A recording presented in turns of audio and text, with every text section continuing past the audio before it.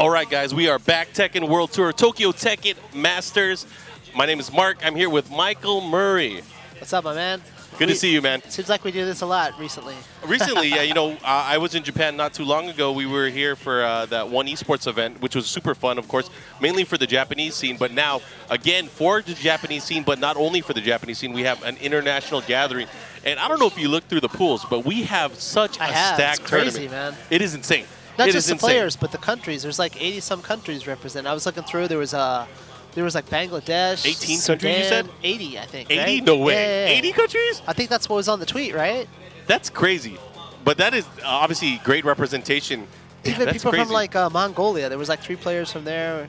I mean, all the places that people are coming out to. Even Latin America, there was a few players. Yeah, actually, yeah, Nene the Dragon from Peru is out here. I noticed. Jimmy J. Tran from the USA. We have several players from Pakistan, I think 3 in total. Awais, Atif. Awais, Atif, and one more. There's one more. I forgot who it was, but I got to look at the brackets. But this isn't going to end today, so we're obviously going to be finding out who's going to be getting into our top 32, which is going to be played out tomorrow. But we also have pools tomorrow as well. So it's just going to be nonstop action throughout the entire weekend. So, of course, urging all you guys to watch twitch.tv/Tekken or on the restream on Avoiding the Puddle or anyone else that might be restreaming this. It's going to be fun. Eris is streaming as well.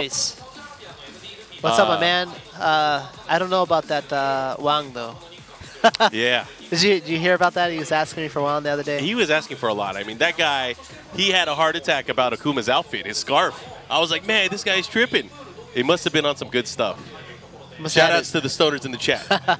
Anyways, we are going to get ready with more pool play. Of course, we're going to find out who's going to be getting into our top 32. I'm not sure which pool we're on or which wave we're on, but either way, I'm excited to see how this is going to play out. I do have my handy-dandy phone, and it's going to be locked into the brackets, and we'll be able to try to get you guys updates as soon as we can.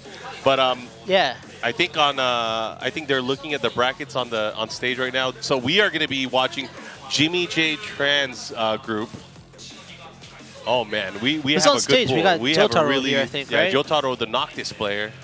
He got picked up at Equinox, I heard recently. Yeah, he's actually going to be representing Equinox because he did win the Fighting Tuesday had after their dojo event. They had an event for non-sponsored players, and he's going to be representing them in Thailand for the last chance qualifier. You think his McLaren's parked downstairs? I think he could fund this tournament on his own. We should ask him to get us some drinks. We should ask him to get us some food. Tokyo Jyotaro Masters? Yeah, Tokyo Jyotaro Masters. Yeah, dude, but the location, you can kind of see in the background. This is the 13th floor of our office building. This is where we usually eat lunch. Cafetorium, is that what they call it? Because it's cafeteria/auditorium? And then, well, not an auditorium per se. I mean, it's kind of like the sub one. And we also have after hours. They have wine and other stuff here. Oh, you guys got the after hours club going on? Because they don't want you to go home. But anyways, so today is here. And then for tomorrow, we're actually going to the theater. That's right. We keep moving. Oh, that's a headache, at least on the production side. That's why it's 2 days. Oh, one of the reasons anyways, right? Well, it's 2 days and 2 very long nights. But look at this. So we have some matches that are underway already from day one. You guys can see Saint is in this pool. You got to have like Eagle Vision to read this, huh? Dude, there's a lot going on. Sunchip. Yeah, Sunchip is a good old Tekken 6 player from back in the day. He used to use Brian, but now has shifted over to other easier characters to use. Amigo, the Jin player, already moving in. Jeondding from Team UYU, who was stuck at the airport. I saw him last night along with me. Yeah, we got out of the airport pretty late. That's why I wasn't here for the morning shift.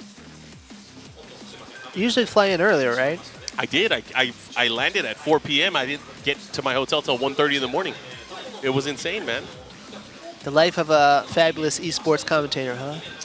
I don't know about that. I don't know about fabulous. I do commentary because I love this game. I love talking about this game. And, you know, more often than not, when I'm doing commentary, I feel like it's the best seat in the house. Being able to see the emotion from these players that are playing on stream, the salt firsthand, being able to witness that, that is the kind of stuff I live for. It's funny, too, because, like, you know, I'm such a huge fan of just, like, you know, how the matches flow and how the storylines build together. So when we're at an event like EVO, you know, I'm doing the stream commentary for Top 8, but then there's in-house commentary by Tasty Steve and Rip. And I want to rip my headset off and listen to their commentary, but I keep forgetting I have to do commentary at the same time. So it's always a treat just to be able to witness this kind of stuff. And, man, speaking of which, those two guys, Rip and Tasty Steve, those guys have been killing it. I don't know if you guys watched the top 8.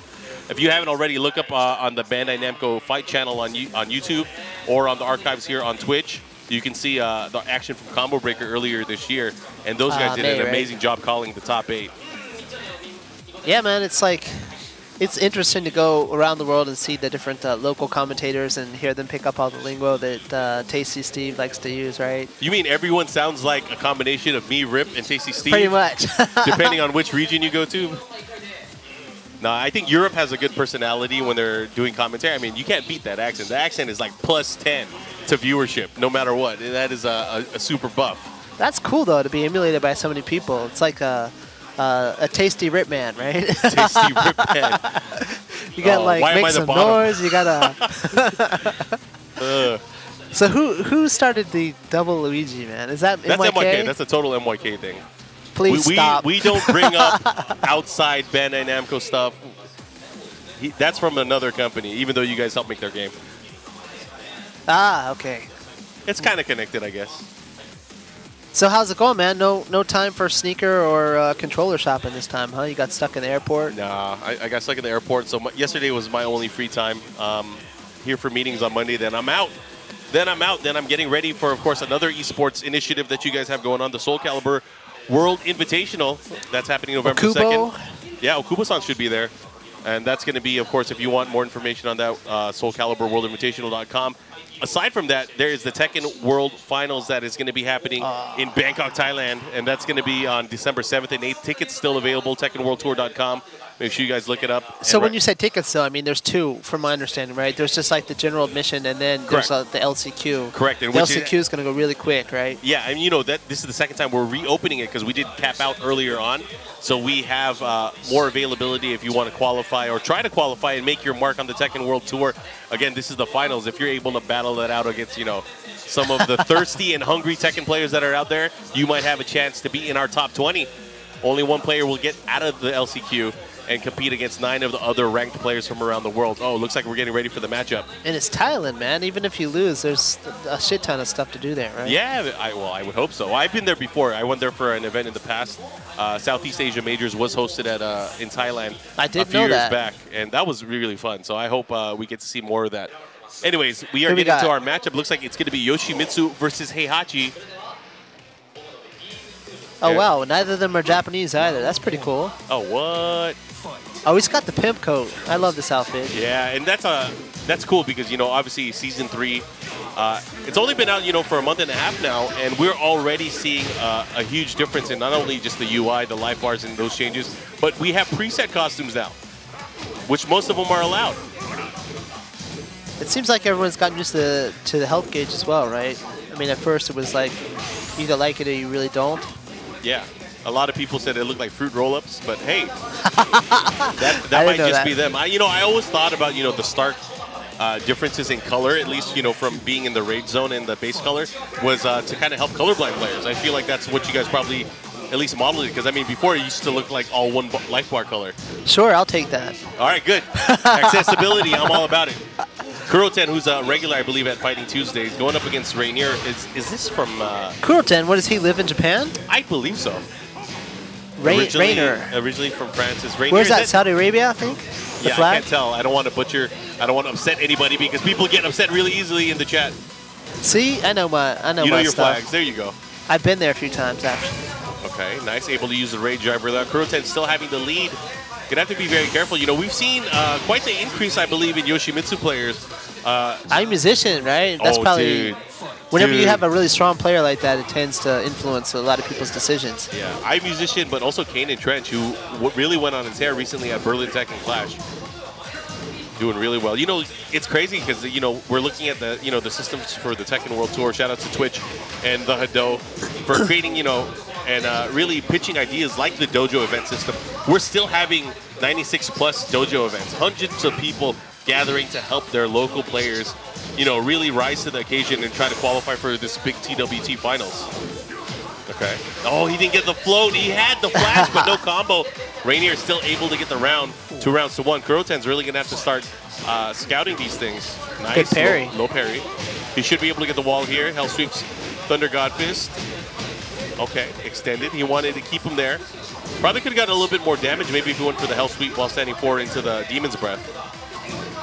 He's trying to keep his opponent at the wall now. Oh, big block. He gets the launch, and that's exactly how you play it. And that would have been a huge benefit for Heihachi, of course. He does have that change that happened in Season 2, I believe, where he gets that big from crouch sweep into the Demon Uppercut. Right. Demon's Breath, the follow-up there, able to close it out with a quick mid. Kuroten taking that first match. It's good to see Heihachi in tournaments more often, you know? You think he's made more of an appearance since Season 2? Oh, yeah, definitely. And, you know, it helps that, you know, probably the poster boy of Heihachi play, like JDCR, is using him again. I saw him today. Right? He's been using Heihachi in tournament, and he's been using him a bit more. I mean, less Why and the less change? Armor King, less and less Dragunov. Maybe just feeling comfortable with him again. Who knows? He's always explained, or a lot of people always explain, you know, to use Mishimas at the highest level, you got to be in a good condition. You have to feel good. You have to make sure your execution's on point as well. I mean, it's very rare. I mean, we used to see, like, you know, in the Tag 1 days and the Tekken 5 days, we used to see much more Mishima players. Less and less nowadays. I wonder how they feel, though. You know, I mean, for me personally, I played Mishimas probably the most out of the series, and I was trying to pick up Law earlier on my own stream, and it's frustrating. I'm just so used to, you know, like backdash and then punish with electric or sidestep electric. You just get used to that kind of Mishima style of playing, you know? Yeah, and you know, that's the great thing. I mean, if you think about it, that style of play hasn't really changed since, you know, since the Mishimas were at their strongest. They've always had that, you know, really nice, aggressive, movement-based play style. And when you hit someone with that, it's like, there's no way you can make an excuse for that, you know? I mean, a lot of people call it, it's like, you know, the best feeling in the world to be able to interrupt with an electric and God Fist. But sometimes you forget, because there is risk, you know, movement to the one side or ducking, but sometimes that's the easiest way to get out of a jam, like he just did, right? Yeah. Nice, he gets the wall here, keeps him there. Went for the power crush, unable to get it. Ooh, caught him. Nice duck, and he's able to close that. Kuroten, nice. 2 rounds to 1. One round away from moving on. Let's see if he's able to close it out. Oh, Omen Thunder God Fist to start off the round. Oh, he's just showing off now. Yeah, he's really trying to let people know. Starting off with the blue stuff here. Let's see what else he got. 50% off of Yoshimitsu's life bar there. Reiner goes for the rainbow drop, unable to get it. Again? Damn. This dude's execution is pretty good. Kuroten, huh? Yeah, going for the blue skies. What's he going to do here? Goes for the sweep. Sidestep attack. Still trying to find his opening here. I feel like he's going to have to take some liberties here. He's going to have to go low. He's going to have to start doing some throws. Really trying to build the pressure. Yoshi? Yeah, I mean, now, they're about even on life, but still, time is a wasting. He does have the light lead. Oh, and look at that. This could be it. Into the mix-up, just out of range. He didn't whiff punish. Oh, that's oh dead. My God, that's got to feel bad. I don't even know if that was all countered, but it doesn't matter. He was able to hit it all. And Kuroten moving on. Very sportsmanlike here, no salt or anything. At least you don't see it. They're waiting until they get out of the camera's view. Well, he lives in Japan. He's been raised properly. Raised properly. Is that what they call it now? Anyways, you guys saw our first matchup here in this new wave of pools. You guys are watching the TWT Master event here in Tokyo, live from Bandai Namco Entertainment's headquarters.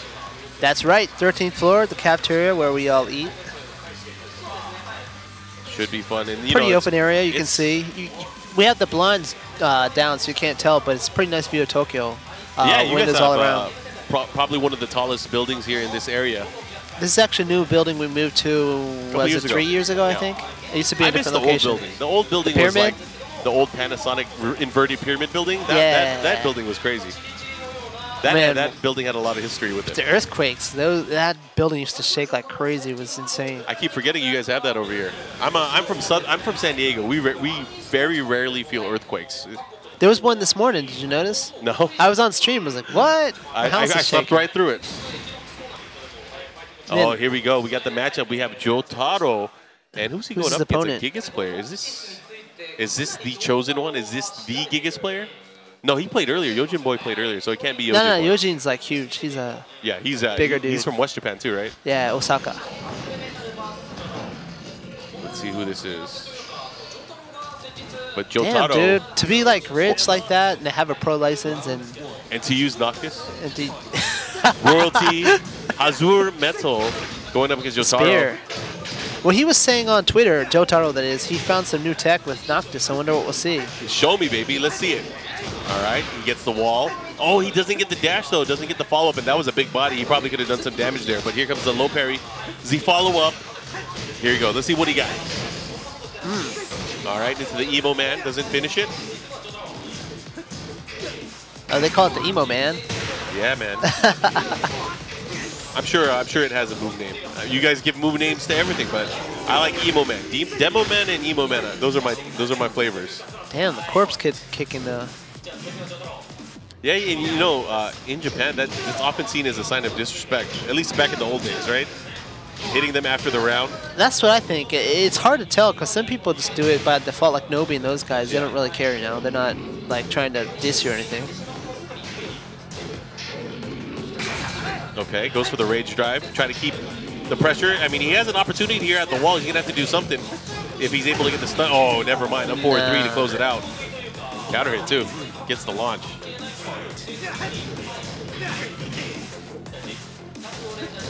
Looking for this opening here. Not a whole lot from this Gigas player at the moment, though. I mean, he's not doing too bad. He does have the life lead here.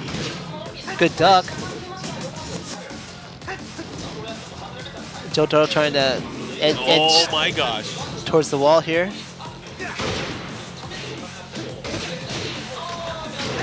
Nice. Just short of the wall, though, using the side step too, keeping the pressure. Let's see what kind of mix-up we're going to get. He goes for the Emo Man, this time getting punished. Chopping away lows. Nice, and able to get it. Closing it out there with the warp strike.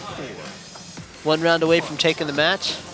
Yeah, Jyotaro, one of the few licensed players, or pro licensed players here in Japan for Tekken 7. Okay. I believe there's a license on the line tomorrow as well. Yeah, for I think you have to place in the top 8, right? Right. Yeah. For Japanese residents. Residents, yeah. So that would include Ranchu, wouldn't it? Yeah, that's true. We'll see. And you're close to that, right? How many times you come out here? I have to actually have a place of residence here. I mean, I don't think the hotel counts, right? That might be cheaper than renting a hotel every time, though. It might be. Ooh, I can live at the airport like I did last night. Tying it up. Final round here, match number 1. We still got out earlier than the Pakistani boys, I heard. I heard they had to stay there overnight, which that sucks. Oh, this is big. Gets the down 2, the launch, the follow-up. Has him at the wall, but not able to get the wall follow-up. Ooh, big counter hit. And he's going to get the conversion. Here's the wall. Now what? Goes for the mid option. Nice block. Doesn't get the splat, though. Oh, my gosh. Let's see what he's going to do. Gets unblockable. That's it. That's it. Wow. Hazuremetal taking out Jyotaro, match number 1. Hazuremetal. Look at that. He looks like a metal kind of guy. Look at him. Yeah. I wish he would just throw it up, too. All right, anyways, going right into rematch. Keeping it in violent systems. Let's see if Jyotaro's going to make some adjustments here. I mean, he really is going to have to. He is down, and he doesn't want to go down into the loser's bracket this early in pools. It's going to make things the longest possible path to victory. All right. Intimidation. Let's see what else he does. Ooh. Jyotaro really not finding answers so far. You know, Hazuremetal just, really doing a good job of just standing his ground. And the thing is, Jyotaro got baited into attacking a few times into that power crush, which led to big damage there. Nice, gets the follow-up here. Keeping the pressure at the wall. Jyotaro has a big chance. Oh my god, that was so sick. Oh wow, I didn't know he could do that. Yeah, and if he wasn't in the aerial state, if he waited a little bit, he probably would have got a launch there. But that was so sick. That was a great read from Hazuremetal. And the down forward 1 to close it out. He is extending his lead further now. Jotaro's in big trouble here. It's too bad getting that sponsor from Equinox. You think they're racing for pick slips? It could be. Are they putting the car on the line? McLaren against the bus pass. Honda Fit. My IC card. Oh man, there goes the spear. He's getting desperate, going for that damage. Keeping him at the wall here. Going for the shield bash. Not able to get anything. Oh my god, he almost fell into it again. Jyotaro really having a hard time opening him up, though. Yeah, that's the thing. Is Hazuremetal is going into the lead early on in the rounds. It's forcing Jyotaro to go in offensively. And he's... Oh my god, what are they doing? What did you press? That's the share button, right? Why would you do that? I don't know. He's looking at the controller right now, and he's trying to figure it out, but it wasn't him. I just saw the... Someone else didn't desync? Maybe. It was the foreign players before this one, right? Yeah, it's not him. Oh my god. Oh, that sucks.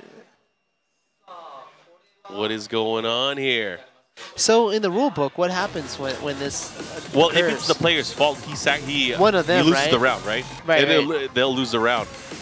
It's not on the players. This is totally on the organizer. So it'll be a choice whether or not they're going to replay it or not. But hopefully they'll make the right call here, because I feel like it was a third party. It wasn't either one of the players that were involved in here or in pressing the button. So they need to at least replay the sequence from that round where it started off, because it happened between rounds. It didn't happen during gameplay. Oh, it didn't? Yeah, it happened between rounds. So what they'll have to do is replay that in the situation where Gigas is up 2 rounds to none. Is that who I think it is? Yeah, I didn't know he was here. He's actually the player. Tekken? He's the player manager for Playbook Esports. So AK and Dojin right? are here. Ah, nice, nice. I was talking about the Filipino champ, actually. Yeah, it's kind of weird seeing him. Like, what's he doing here? It's like, wait, there's no Street Fighter here. Yeah, but he's obviously here supporting the good game.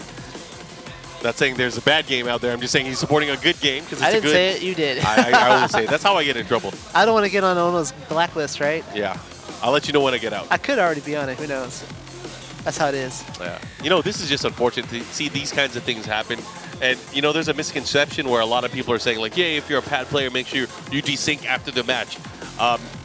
It should be noted that pad players cannot desync their own pad. It has to be due diligence for whoever's going to be coming up next to go ahead and make sure that there is no pads synced up to the machine, which is something I think should be normal practice for a lot of players that are trying to, you know, play competitively, is they don't want to be put in a situation where that might happen. He's apologizing, so maybe they're going to get them to play it again? Well, they're definitely going to have to. Was it finished? I thought it was towards the latter part of the round, no? It happened in between rounds when Hazuremetal was up 2 rounds to nothing. So they're going to have to go back into there. What's going on? Oh, was it Jyotaro that hit? Oh. Did they sacrifice it? Oh, shoot. I think that's what it was. This is they're getting up. Complete mystery, so... Well, no. I mean, in that instance, then that means Jyotaro maybe had pressed it. The thing is, it's hard to tell because he was trying to hit his PS button to try to sync up with the match, but he wasn't able to because he wasn't the one that brought up the menu. Right. So if on the other turn, Jyotaro was able to control it, that means it was him that pressed it. So he might have pressed it then. It could be then. It's hard to tell. I mean, I wasn't there. I wish I was, but never mind. Okay, well, we'll find out later, I suppose. Next matchup, we have Amigo, very strong Jin player. Is he still using Jin? I don't know. Very strong Jin player from Japan going up against Jeondding. Yeah, he's going to still be using Jin. And, you know, in the past, a lot of people would say this is one of the harder matchups for Eddy. But with the changes now with Jin and a lot of his, you know, his better pokes getting adjusted, I think it might be a little bit better for Eddy. You think? Yeah, I mean, for Eddy, nothing really changed. Nothing really changed. He did get some interesting new knockdowns on counter hit for certain things. But his he does have a new punish. isn't really used against Eddy that much, right? I think you would do the... I think, you know, the forward 4 is not really an issue in this matchup because Eddy's not going to be able to sidestep it anyways, right? But the down back 4, that's the huge thing. He no longer gets a combo anymore from down back 4 counter hit. So I think for the most part, this matchup is, you know, going to play out mostly the same. Interesting choice by Jeondding, though. He was playing a lot more Lucky Chloe after Season 3, I believe, right? Yeah. I feel like when he wants to play really solid and in control of the matchup, he often goes with Eddy. That's who we see most of the time. Sometimes he'll try out the Lucky Chloe. It's interesting, though, because you ask a lot of the players, a lot of the top players, like Nee, Chanel, they mentioned that they think that Lucky Chloe is actually really, really good in Season 3. Yeah, we have yet to see that, though. We have yet to see that in tournament, so you never know. Maybe they put her in, like, top 3 or 4, right? They mentioned her as one of the new top characters. They mentioned in top 5, at least from an interview that I saw recently at Master Cup. But that was really early in Season 3's lifespan, so we'll see. All right, the follow-up here.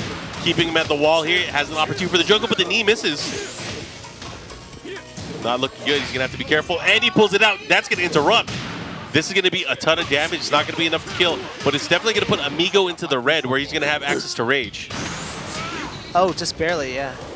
Oh, he just stayed there. What is he doing? The mix-ups. Oh, he got him. That's it. Jeondding continuing with that aggression at the wall. 1 round away from taking the match.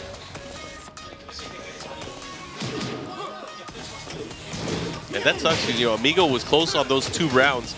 He could have been up those 2 rounds, but unfortunately not able to close it out each time. Well, Jeondding's just been traveling the whole year, this year and last, so must be the difference in experience, I would think. Yeah, and you know, he's been getting a lot of points recently. He hasn't really won the tournament yet, but he's been doing very, very well for himself where he's able to get a lot of points. Looking to close it out here with the rub, but he missed the Rage Art! Doesn't matter. Still finishes his plate, but wow, that was kind of weird that he just went for the quick poke into the Rage Art and it missed. I don't think that was worth an email, though. It just may be lapse of judgment there. Yeah, everyone wants to write an email nowadays, right? Yeah, it's easy, man. It's so easy. You know, there was a... It was funny, too, because someone tweeted... You know, you tweeted to me earlier asking about how my my trip from the airport went. Right. And then some guy replied with something to do with the game. I didn't even about read it making a change. And someone replied. Thankfully, someone replied, and it was like, dude, this is not the right time or place for this kind of stuff. And it's like totally unrelated. Like you tweet something about, like let's say on your personal Twitter, you tweet about something totally random. It has nothing to do with Tekken. Well, and like someone me, will reply. I forgot what the exact tweet was, but I was congratulating someone, and then someone else says, "Oh, except Namco, who buff strong characters and whatever." And then this other guy's like, "Really?" I'm like, "Cool, I don't even have to reply because these fans will reply for me." Yeah, I mean, hopefully, you know, hopefully people will see these kinds of things and they'll learn a bit more about etiquette online. Social skills, right? Yeah. Anyway, starting it off, here we go. Jeondding is up 1-0 right now. He was up with a very convincing, 3 rounds straight, but he could have lost those rounds.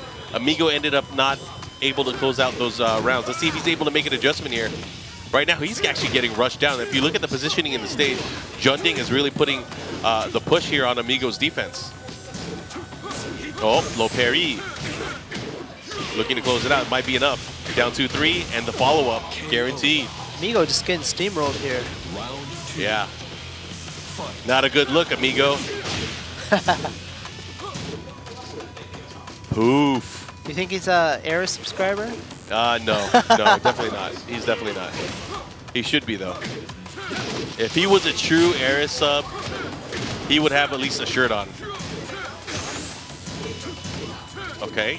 And again, Jeondding having his opponent by the wall. Amigo really has to make some use of this rage right now.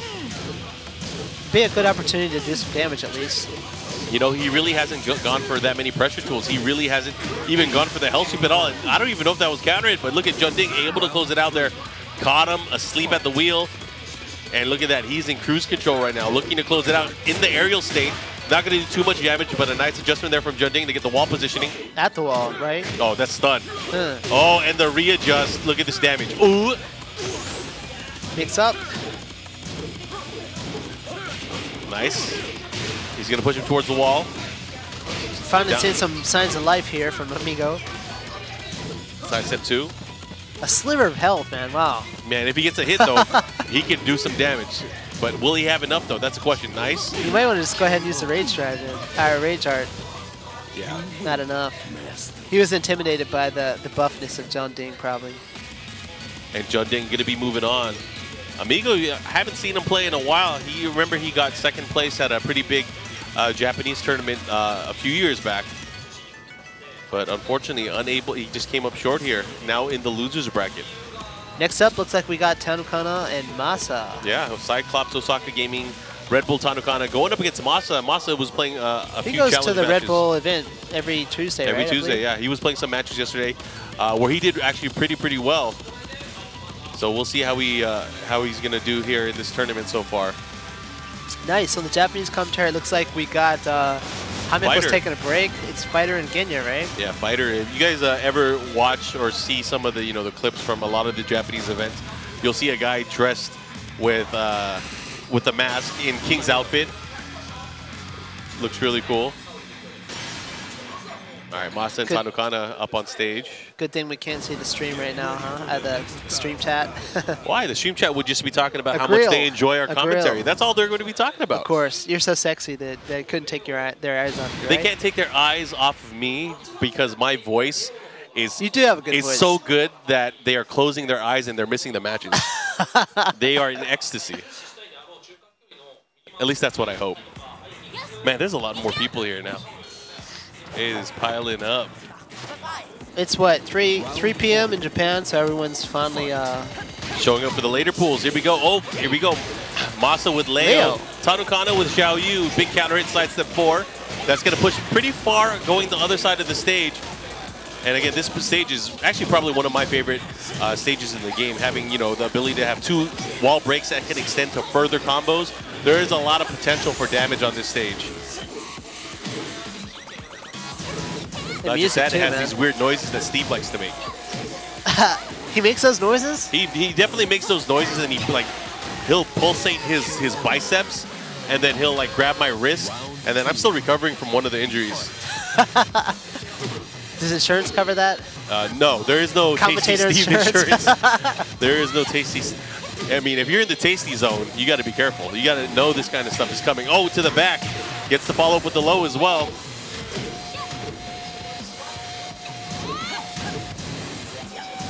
And Masa doing a great job with his spacing here so far. Oh, thought he was going to go for a whip punish, unable to get anything out of it. A minute sidestep there was pretty good from Tanukana, though. Nice, gets the shoulder. But now Masa's in rage. This is where it counts. One good rage drive could end it. Oh, went for the big sweep, did not commit, and looking to close it out. One more hit. While standing, 2 counter hit. Tanukana just throwing it out there, able to get it. See what kind of pressure Masa's going to have here going into it. You know, admittedly, I slept pretty late last night just because I got back to my hotel pretty late, but I was trying to catch up on all the matchups that I saw from, you know, the Tekken Fridays that was held at the Red Bull event. Ah, right. And there were so many great international matches. Seeing a lot of, you know, the top players that are here at the event, but I can't wait to see what our top 8's going to look like, man. Is that the one, the Pakistani player? Was it the Awais was playing against Nobi? He played so well against a lot of the players. He stomped him, right? There was a lot of good sets between Nobi and Jimmy J. Tran as well.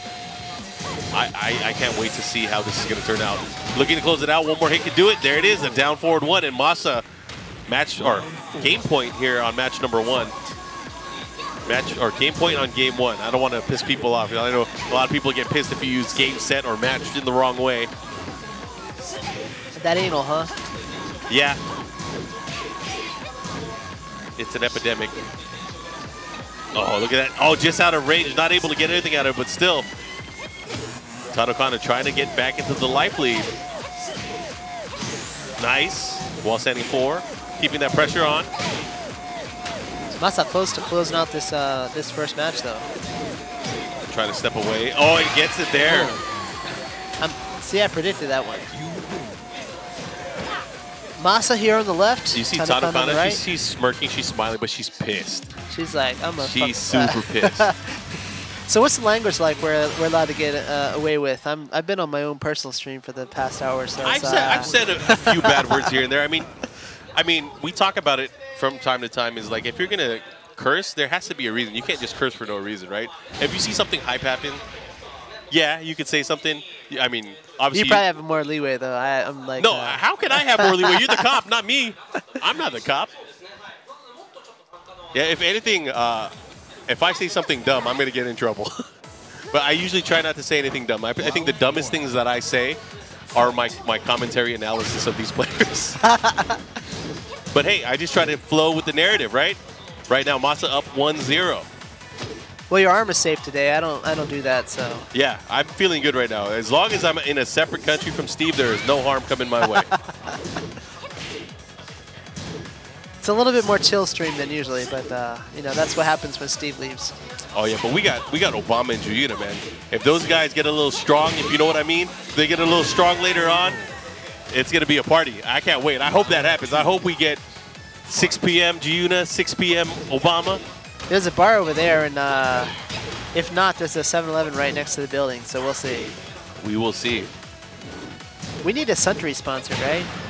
I mean, they Strong Zero. They supported the TGS event that you guys did, right? What's that? They supported the TGS event that you guys did. They did. We need to have that Strong Zero talk, right? But of course, I'm drinking Suntory water. I don't know what you're talking about. I'm Yours is drinking too. Nondescript Suntory water. Tanukana looking to close out this match, even up the scoreboard. Yeah, she's actually doing pretty good here, making some good adjustments, making sure that she's not whiffing. Kind of like what she was doing in the earlier match, making sure that her mix-ups are counting, but this time getting blocked there on the side step 4. And that's really what got her a lot of the mileage going into this rematch, is she's been hitting a lot of these hits. For example, AOP, hop kick, the follow-up, and look at that, 3 straight rounds now. Nice. Very dominant here in the run back. Must be that Red Bull kicking in. Oh, that was good. I like what you did there. That was good.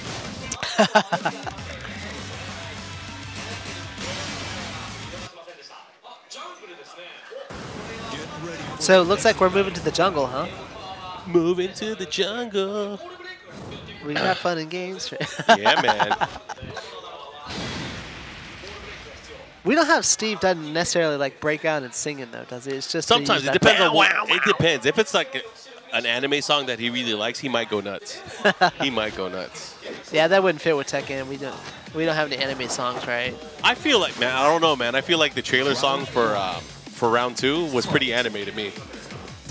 Pretty anime. I mean, obviously rock infused, but it had like an anime feel. But you know, a lot of anime songs have that rock kind of thing going on. That's a Nakatsu style.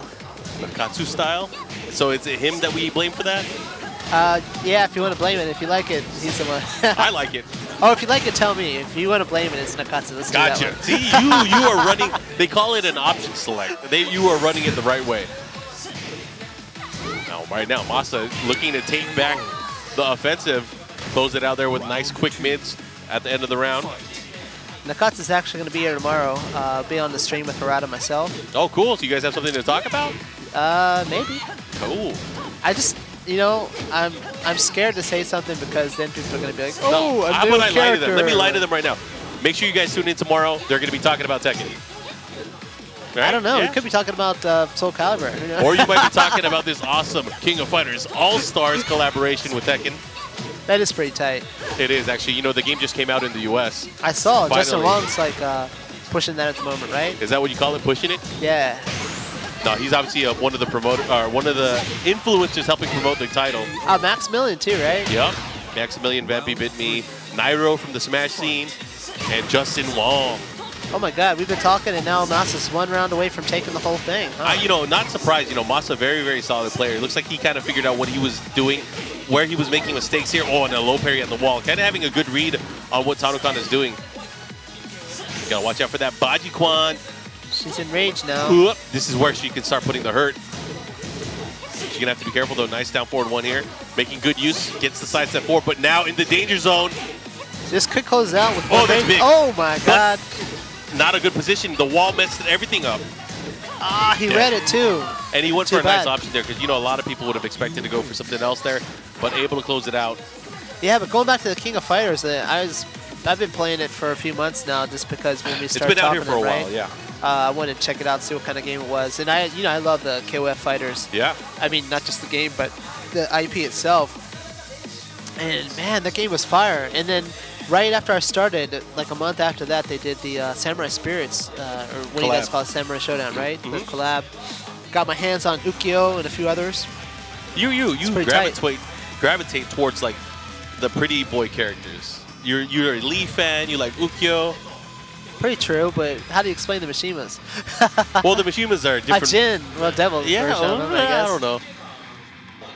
Yeah, I don't like right. ugly dudes. The good-looking ones only, right? And I always try to get... Speaking of good-looking dudes, we have Yamasa Yu on stage. The Kikoshi, the prince, is what they call him, right? Going up against Aoyama. What's the 333 mean?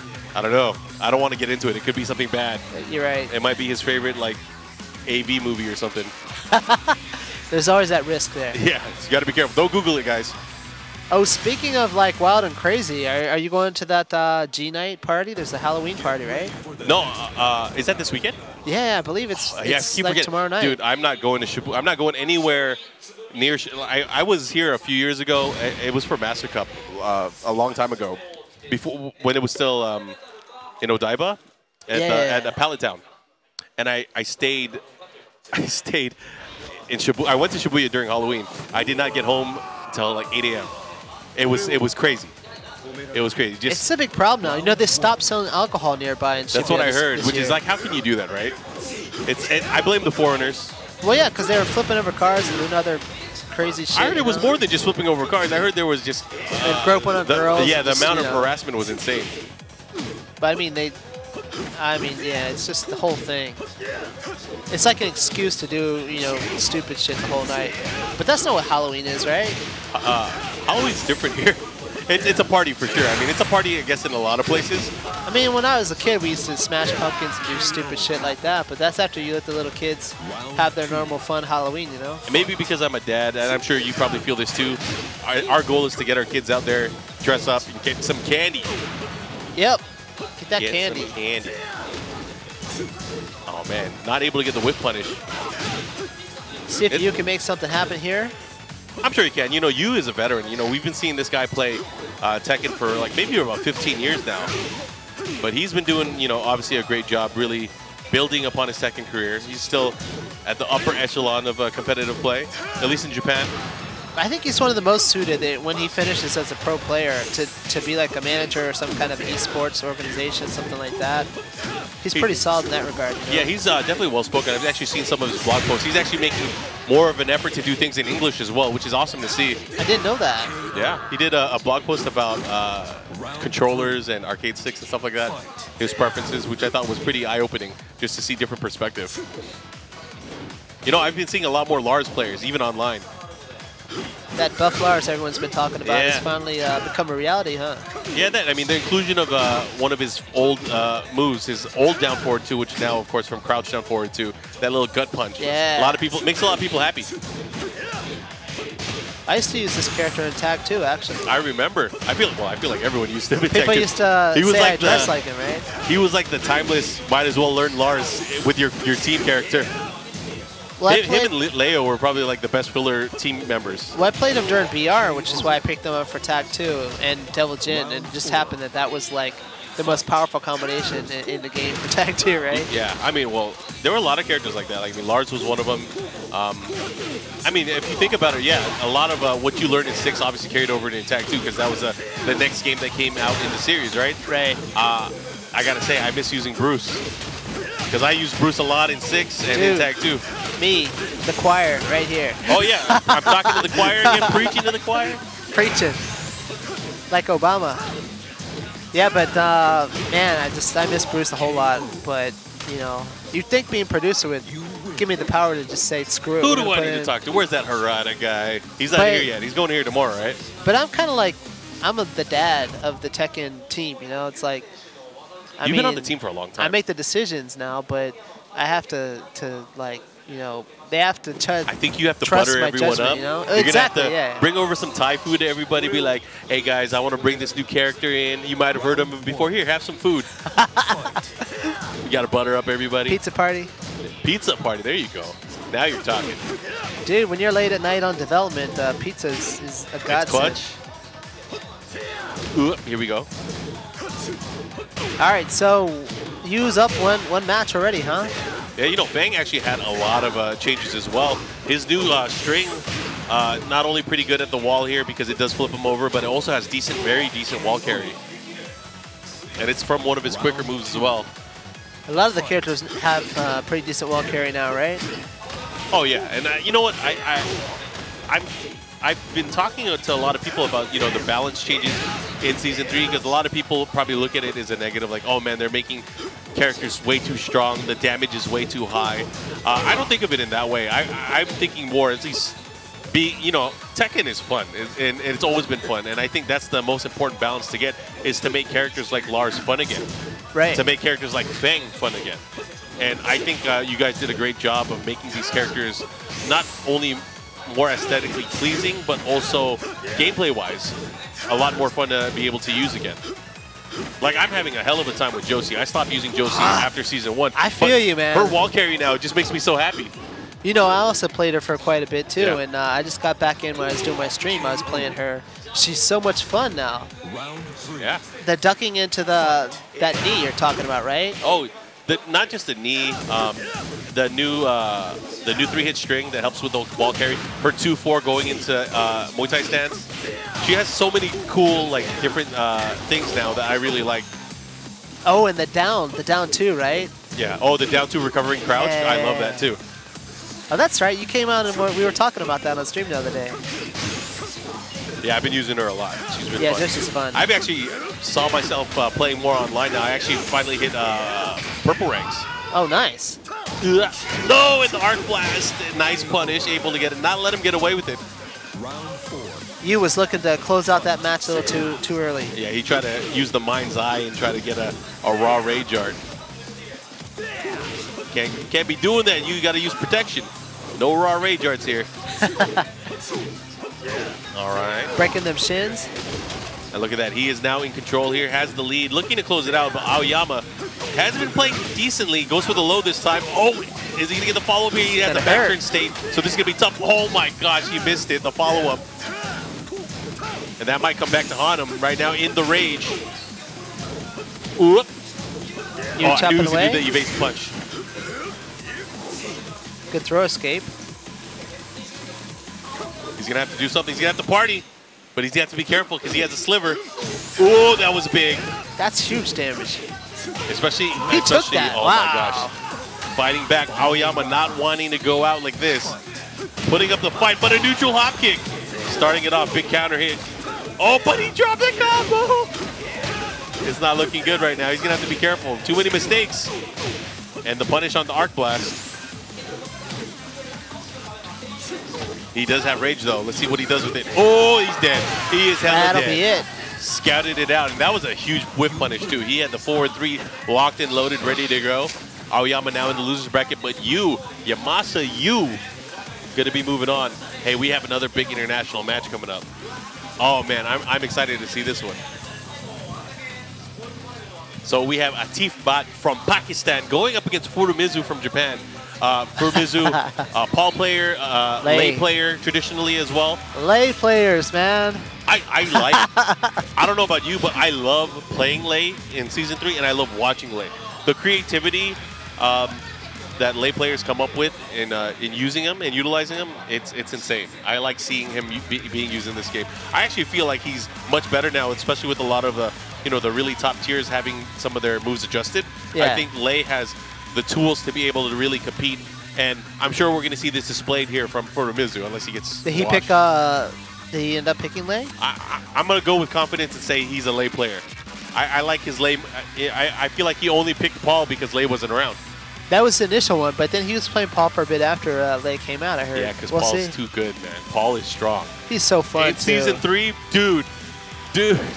But he hurts. And his inputs are pretty straightforward. It's like his combos, the fireball into left elbow, and those kind of things are a bit hard, but yeah, I mean, the thing is he gets 66 damage now from a down forward 2 launch, which is obviously it requires way more execution than maybe in the past. Right. But if you can do that combo and learn that combo, not only does it do damage, it has crazy wall carry. And then now the left kick sway, right. Yeah. That's a big, especially at the wall. Hitting 3-2 sway 2 is, that hurts. It hoits. Shout outs to the crew here, holding it down on the production side. We got Farp, we have Jello, we have Chusat, and cameraman here, man. That's a big crew, man. I feel like Jyotaro could have done this by himself. He just nodded. He's got that rich man set up too, recently. Oh, yeah. You gotta have good gear. You gotta have the right gear. Oh, man. Taiheiyo, again, coming up after this. Nice. Yeah, we are waiting, Atif. of course, for the matchup. matchup. Who's Atif's normal main character? Who's his go-to? I don't know if he's changed in Season 3. See, the thing is with Atif, he used a lot of different characters. I feel like everyone in Pakistan used geese, right? I feel like everyone used geese. So I wonder who he's going to be using in Season 3. Dude, where's Esteban? We need Akuma. Esteban to go to Pakistan and make us a documentary about how the hell they get so I'm strong. sure if we funded it, he would. I'm sure, he did such a great job with the King of Iron Fist documentary. And can you imagine, like, I watched that recently because that was still early on, before Tekken 7 came out on console. Right.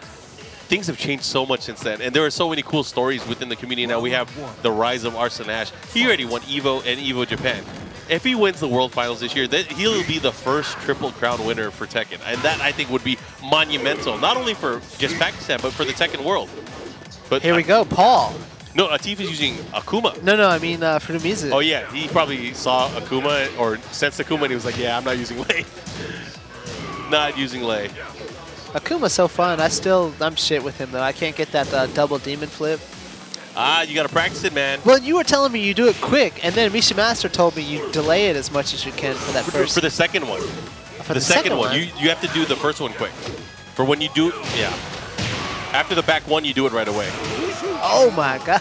Here comes DP. That's pretty Street Fighter, right? Well, it's definitely not Tekken. It's definitely not Tekken. I mean, if you have an 11-frame instant move that has some type of invincibility, I'll do it too. All right, follow up here into the Devil Man. Okay. Paul's got more than enough to make up for it. Oh, what a whiff punish, but doesn't convert with the combo. Gets him with the mid poke afterwards. So we have twin Akuma players from Pakistan here in Awais Honey and Atif. Okay, Shakunetsu lights him up. Good sidestep. You said adjustment from Atif? Yeah, point blank too. KO. Round 3. You know, I was talking about this, you know, Akuma used to be a lot stronger than he was now. He has had some adjustments throughout the course of Tekken 7's history. Right. Since he came out in Faded Retribution. Oh, geez, that's guaranteed. The follow-up here. But I feel like a lot of regions, and especially top players in Japan and Korea, they didn't really give him a chance or try to use him in tournament play to really dominate with that character. So I know a lot of people that are watching at home, they probably complain about, you know, Akuma or how scrubby Akuma is. It could have been worse. It was a lot worse, I think, actually, back then. Yeah, you had a more difficult time jabbing him out of that demon flip as well before. Oh yeah, because it used to make it forced you to recover crouch too. The hitbox of the Tatsu was insane, where you couldn't interrupt it either. It was pretty cheap. It was pretty cheap. You said that, not me. Yeah, well, I used Akuma, and I saw life bars like deplete. It was fun. It was fun. I don't use them anymore. It takes too much skill for me. That's why Punko stopped playing our game, right? It's because we nerfed Akuma? Yeah, maybe. But, I mean, he still plays from time to time. I mean, he'll still play at big events like EVO. All right. Furumizu's making the smart choice here. Picking a stage with no walls. I think that's probably one of the better ways to deal with Akuma, because Akuma, obviously, you know, has a ton of tech traps, has a ton of wall carry, and, of course, wall damage, especially when he has range. But he can always pull out the damage when he has meter. And the whiff punish, just, wow. 40% health off of one whiff punish, right? Yeah, that's the thing. It's not easy. You know, his standing 2. Exactly. His standing 2 is 15 frames, right? He's able to get decent damage off of it, but it's not like it's a mid. It's a special mid move. So if you're using it as a whiff punish, you got to be aware. But his range, that's the thing, is his range is where it really excels, and is able to convert off of that combo. Not just his standing 2, but his down 2 as well, which is, of course, one of the moves that can like really punish a lot of things that you're not normally able to punish, like traditionally Tekken-wise. Lighting him up. The pressure. Look at that, his movement, he's just on point, really controlling the space. Furumizu's going to have to go in, and that's the problem right now, is he has a sliver of life left. He's going to have to be careful at how he's making this approach. Using the rage. Oh, what a duck. And goes for the low option there with the crouching roundhouse kick. And look at that, Atif bot up 2 rounds. Think should have picked Lei? It's too late now. It is too late now. And the beat's about to drop, just like the new Kanye West album. Nice, okay, able to thread into Death Fist here. Might have another opportunity, but the recovery there. The greatest artist of all time, according to himself. In his own mind, yeah. Oh, and the nice whip punish there. Look at oh, he messed up the combo. That's not what he wanted. He was trying to do the jump kick thing, right? Yeah, he ended up hitting 4 late there. He just let it go. Maybe he missed the 3 button. Doesn't matter. That's it. Lights him up there. And Atif bot moving on. We'll see him later on today on the winner side. Furumizu going to loser so early. And next up, though, we got Team Liquid again up against Taiheiyo. And this is a top 32 qualifier match. This is the winners finals for Pool B7. We're actually blazing through the tournament so far, at least in the second wave of matches right now. Going through pretty quickly, right? Yeah. So it would be a matchup, I would assume at least it's going to be Shaheen versus King. Taiheiyo is a very explosive and emotional King player. He ended up getting his pro license at Master Cup Tri recently, right? I saw that, right? Yeah. With Yojin Boy, I believe. Yeah, Osaka really dominated that event. Taiheiyo's, I would say West Japan dominated West, that. right. Taiheiyo's he's from Osaka, which is, like you said, West Japan. Yep. Again, I believe it's from Kyushu. Yep. And Yojin Boy also got the pro license, right? Yeah. And he's from Yojin Boy's from Osaka, right? As well, yeah. His phrase is amore, right? I don't. That's like his thing. Amore, like yeah. not Japanese amore. I'm talking about like love. Yeah. Why is it his phrase? I think it's a pro wrestling type of like one of those things. Oh, okay. I get it now. I thought he was just saying that. Like, is he trying to flirt with me? What's going on? Could be. Maybe.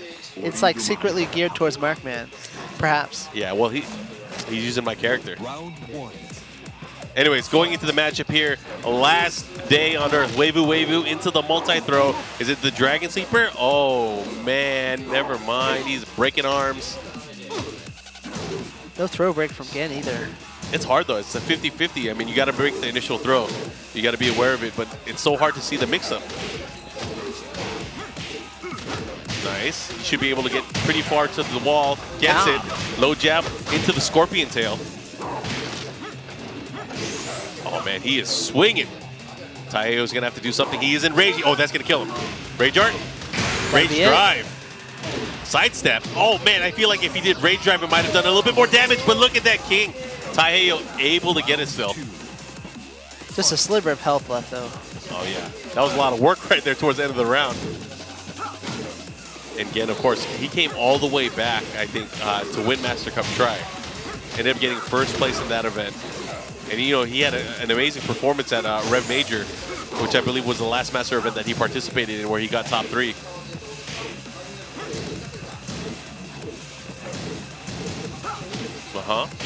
Look at that. Perfect. Wow. That was not an easy perfect either. He took some time there, took some liberties, but he was able to outpoke and outspace Taiheiyo, beat him to the cut every single time. All right. Both players pretty much even up here.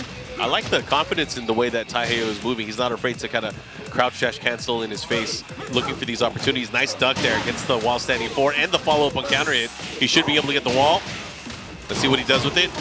Mix up, back turn into the moonsault, but he delayed it a little bit too much. He was able to tech roll out of it. Now Scorpion Tail at the wall. This is where it counts. Oh, nice low option. I like it. I like it. Round 4. Fight. Goes for the shove there. Throw break. Got him with the tracking. While standing 2 first hit. Does have homing ability. Oh, he's back there and he's got to be careful. The slide and the Jaguar step to evade it. Nice. It's like, I feel like they've done this before. It's like a dance, right? Oh, yeah. They're tangoing. Oh, gotta be careful. Oh, my God, that was so sick. If he converted with the combo after that, I would have lost my stuff. They're making their own action movie here. The stunner. The #1 stunner. Oh, my gosh. They're both in rage. Oh, and the interrupt there, taking it to the final round. You're not going to drive on me. You don't have your license. You took the train to get here. Let's see what he does. Goes for the giant swing, able to get it.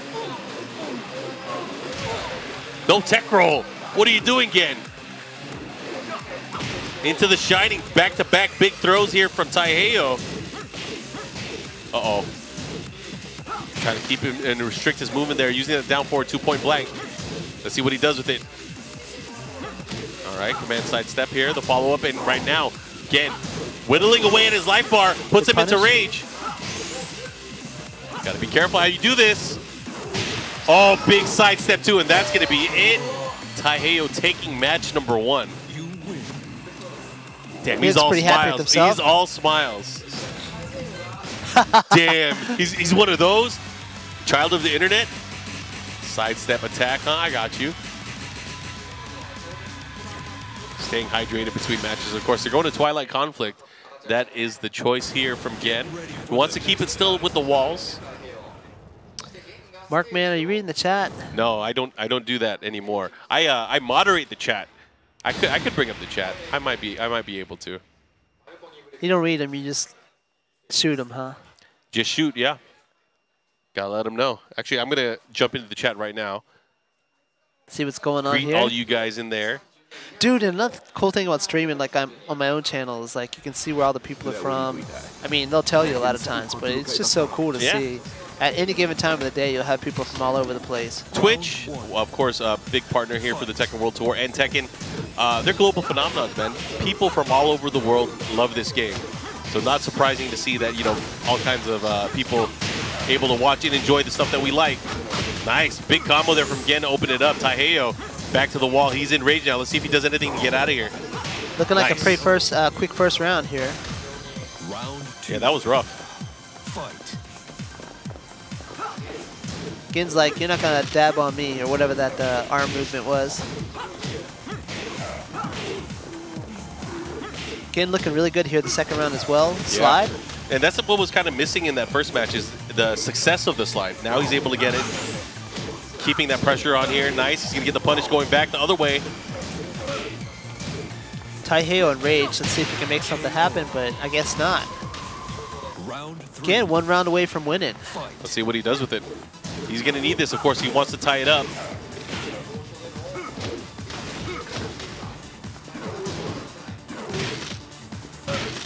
Breaking some ankles. Oh, a big down back three right by the wall here. This is the danger zone, too. He's going to have to be careful about how he's going to react. Oh, he had it there. He just had to rip it. That would have been a wall stun. Oh, big counter hit. Now going the other way. It's going to be a side wall situation. Gets the punish there with a back one into the giant swing. They're both in rage. Oh, my God. He had it there. That was counter hit. Why didn't he pull the trigger? There we go. 3 rounds straight. Again, it's going to take it. Pretty cool Avenger jersey here we got. Yeah, of course. Marvel, one of the partners with Team Liquid, which is cool to see, right? That's pretty tight, man. I'm glad you guys are enjoying the content from the stream so far today. Don't forget to check out the Bandai Namco Esports Twitter account. We have clips from a lot of the stuff that you might have missed earlier in the day. And, of course, bracket updates as well. If you guys want to know more about the event and how this tournament is flowing. Right now, we have our current matches, and we are still in pool play trying to figure out who will be getting into top 32. And that's going to continue on into tomorrow, where we have more pools, where we find out, of course, who's going to be making it into our top 32 and eventually our top 8. Taiheiyo here on the left, Liquid Gen on the right. I believe Gen's up one match, right? Someone said in the chat, what is the kid from Up doing playing Tekken? That's crazy. What's up? The Disney movie, or the Pixar movie, Up. You know, there's a little kid in the Boy Scout outfit. He looks a lot like Taiheiyo. Oh, I didn't know that. Oh, it's about the floating houses. I don't know if you've seen that movie. Well, it's Halloween. Maybe it's intentional. It could be. Or it's it could almost be. Halloween. Either that or it's blatant racism, and I'm not going to stand for that. Next time you bring that up in the chat, I'm going to shoot you. Not all of us Asians look alike. Fight. Actually, he does look like him. I just wanted to give props to that comment. Anyways. Oh, Gen's not up. Sorry, that's 1-1. Yeah, it's 1-1 right now. Oh, gets the wall splat. Missed the follow-up, though. Taiheiyo switching into a different costume here. Yeah. See, he wanted to get dirty in the shade right now with the cape. El Capa. Oh. Nice. Gets the slide here, pushing the other way. And that's a guaranteed follow-up now, which really, really benefits the ability that Shaheen has to be able to build up on damage and also the momentum. Shaheen, another character that's said to be a bit stronger for Season 3, right? Yeah, I mean, you can see it at least how other top Shaheen players, like Lohai, for example, really enjoying his character so far. Interesting. Lohai, who said he wasn't going to play Shaheen anymore? That was Season 2, bro. That was last season. That was when Yeah, that was drama season. Alongside Take, who said he was not playing Kazumi anymore, and everyone a few said, other players who said they're not playing the main character anymore. Yeah, you remember when everyone said Kazumi was dead and she was like the most used tournament character? Right? At the end of season 2. Like, okay, that's really credible. We have some really interesting characters in the stream chat, and of course I appreciate you guys. If you guys are tuning in Twitch, if you don't have a Twitch account yet, make sure you guys tune in and join the conversation. We are talking about Tekken the entire weekend. Just don't ask us to sit on your face. It's not going to happen.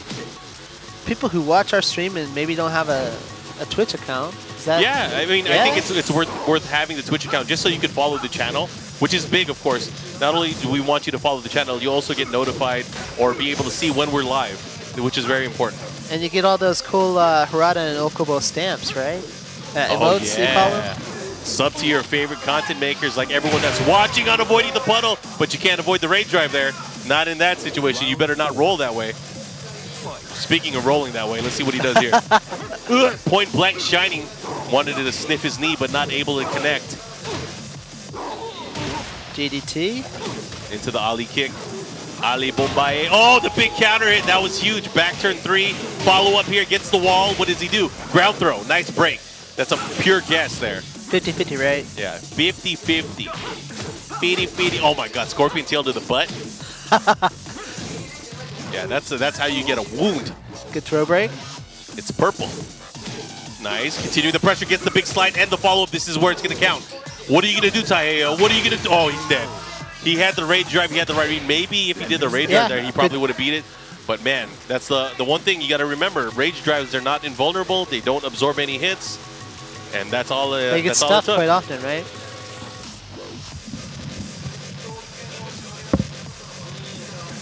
All right, all right. Of course, these guys are good friends. They've played each other before in the past. Both players now going off in Taiheiyo again. Now go to the loser's bracket, but that was winner's final for that pool. So Taiheiyo just needs to win one more match to maybe get into our top 32, and we'll see if he's going to be able to do that. If you guys are tuning in right now, I am Mark Man. I'm here with Michael Murray. We're live from Bandai Namco Entertainment headquarters in Tokyo. And we're here to talk to you guys about Tekken 7. This is the Tekken World Tour, Tokyo Tekken Masters. It is a master event. 300 points are on the line. That's a ton of points. Huge. And we are very, very close towards the end of what I would say is probably one of the most hectic years of Tekken World Tour. We have 2 master events left. After this, we have the Rocks and Roll Dubai, and we have DreamHack Atlanta. Right? Yeah. So those are the last 2 events. So after November 15th, there's not going to be any more dojo events either. So dojo events will end that same weekend. And that'll be it for points. And we're going to have some time off. We're going to have about maybe 3 weeks for people to train and get ready for the final battle, which is going to be taking place in Thailand. Oh, Ulsan is up, and he's going to be going up against Hakaioh. This is going to be a sick match, because this is going to be a match between 2 character specialists. I don't know which character Ulsan's going to use, though, but he's been using Kazumi a lot. Yeah. He's been using Kazumi a lot still. And to great success, you know, he ended up winning the One Esports team tournament for his entire team, going undefeated. He did not lose one match that entire team tournament. He's a pretty young kid, too, I heard, He's right? 19, dude. Wow. He is 19. You know, he had 5 ramen dinners in one day, right? I didn't know that. He had 5 ramen dinners, and he told us about how good the ramen was. And then we told him, like, hey, dude, you just ate, but we're going to go out to eat. You want to join us? He said, I'm 19 still. I can eat another dinner. I'm like, all right. You're Must good. be nice, man. I miss that. Oh, wait, Hey, Ulsan picked Bob? That's the ramen dinners. Oh, yeah. He definitely changed. Kazumi looks different. But he's been using a lot of Bob as well. He said he really likes his character in Season 3. So no, we never see him, though, right? I mean, like, Pekos is someone who used to use Bob quite often. Well, back Pekos came from Bob in Tekken 6, so he probably had some type of loyalty. That was when Bob was really, really crazy, right? But there have been some changes here. You know, Bob has been adjusted quite a bit. He no longer has, you know, a lot of the spammable moves, but he's still a good character, I think. I think it's underrated, yeah. There's a lot of characters. I mean, this roster grew from like 20 characters from when Vanilla Tekken 7 came out. Now we're closer towards 40 characters again.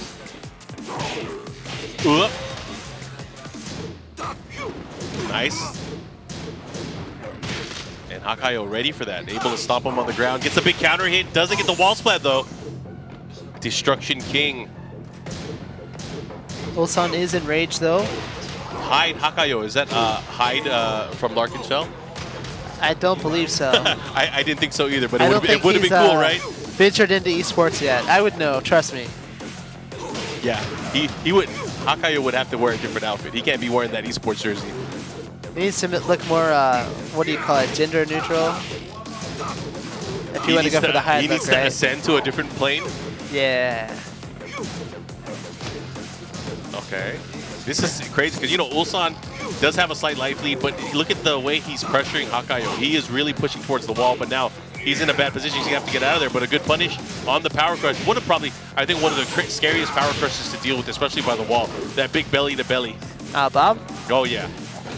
He's not launch punishable. That's the crazy thing. And if he does land the hit, it activates so quickly. That one, right? It activates so quickly, and the ability to do additional damage after the wall splat is just insane. All right, goes for the ankle crack. He gets the right break, guesses right there. It's a three-way guess, too, because it's either the King's Bridge, the STF, or the Sharpshooter. Right. Or, I'm sorry, the Scorpion Deathlock. King is such a hype character, though. That's like, if I'm going to pick up a new one, that's one of the candidates I would choose. You know, I've started to appreciate his character design more. I mean, King, a very, like, he's an old character in Tekken. You know, he's been there since the beginning. He had motion capture done by Minoru Suzuki back in the day. True, true. Right for Tekken 3. And you guys know Pancrase, you know that name then, right? Oh yeah, one of the founders of Pancrase. One of the few wrestlers, but also actual fighters. I mean, well, there's more than a few, but I feel like he really helped start the trend in the early 90s for that. Definitely.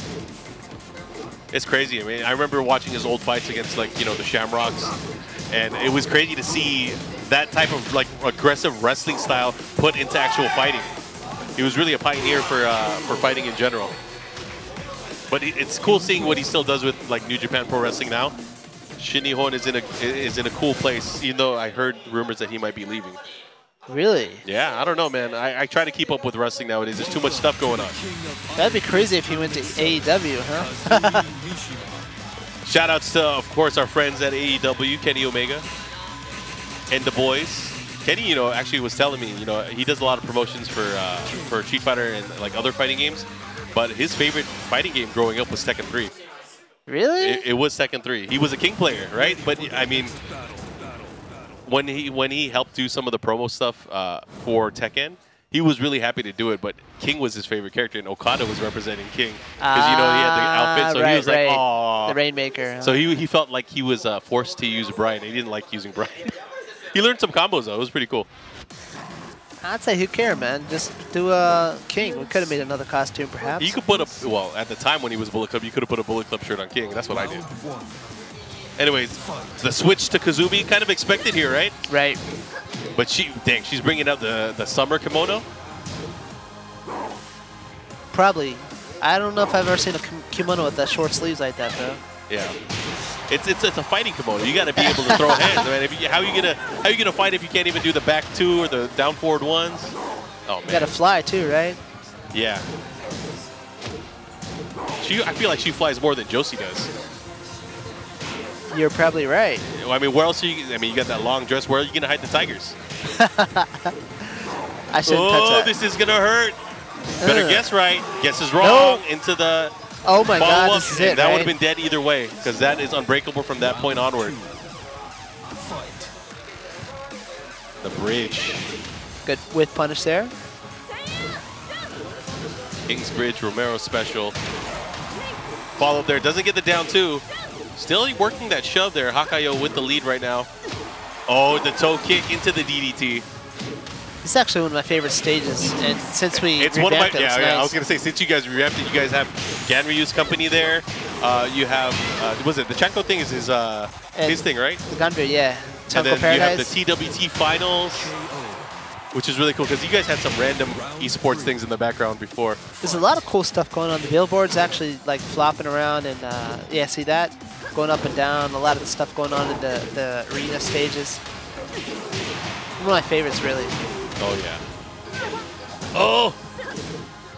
Got to be careful. Oh, just the right sidestep. You can tell Hakaioh has a lot of experience in this character matchup at the very least. He is sidestepping in the right directions at the wall. And, you know, that's where Kazumi's problem is. When she has you at the wall, point blank, really hard to maneuver around her minefield of pokes.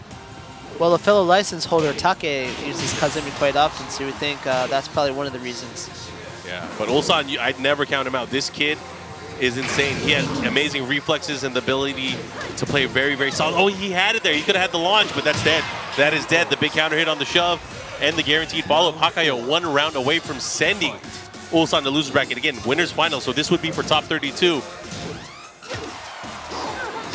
Hey.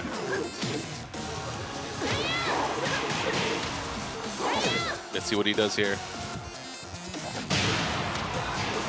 Nice. Gets the follow-up here. Gets the running power bomb and the follow-up. One more mix-up could do it. Oh, he just crouch dashed into nothing. That's the scary stuff.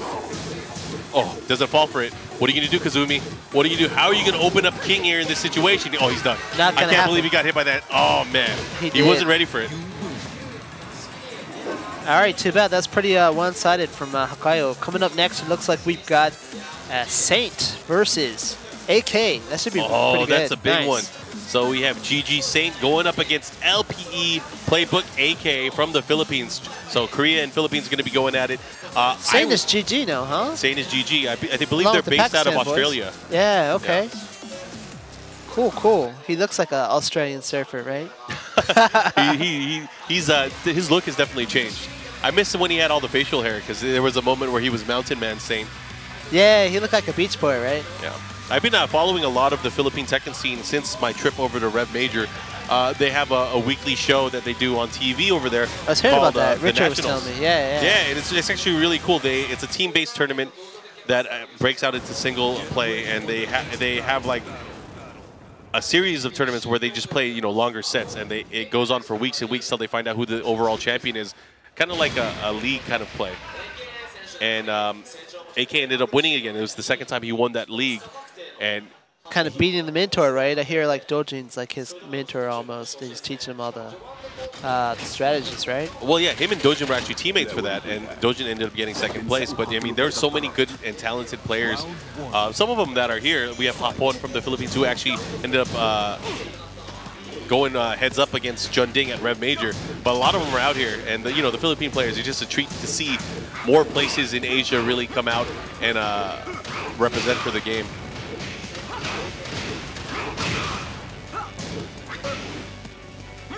Jimmy J. Tran is out of the tournament already. Like for good? Yes, we didn't even get to see him on stream.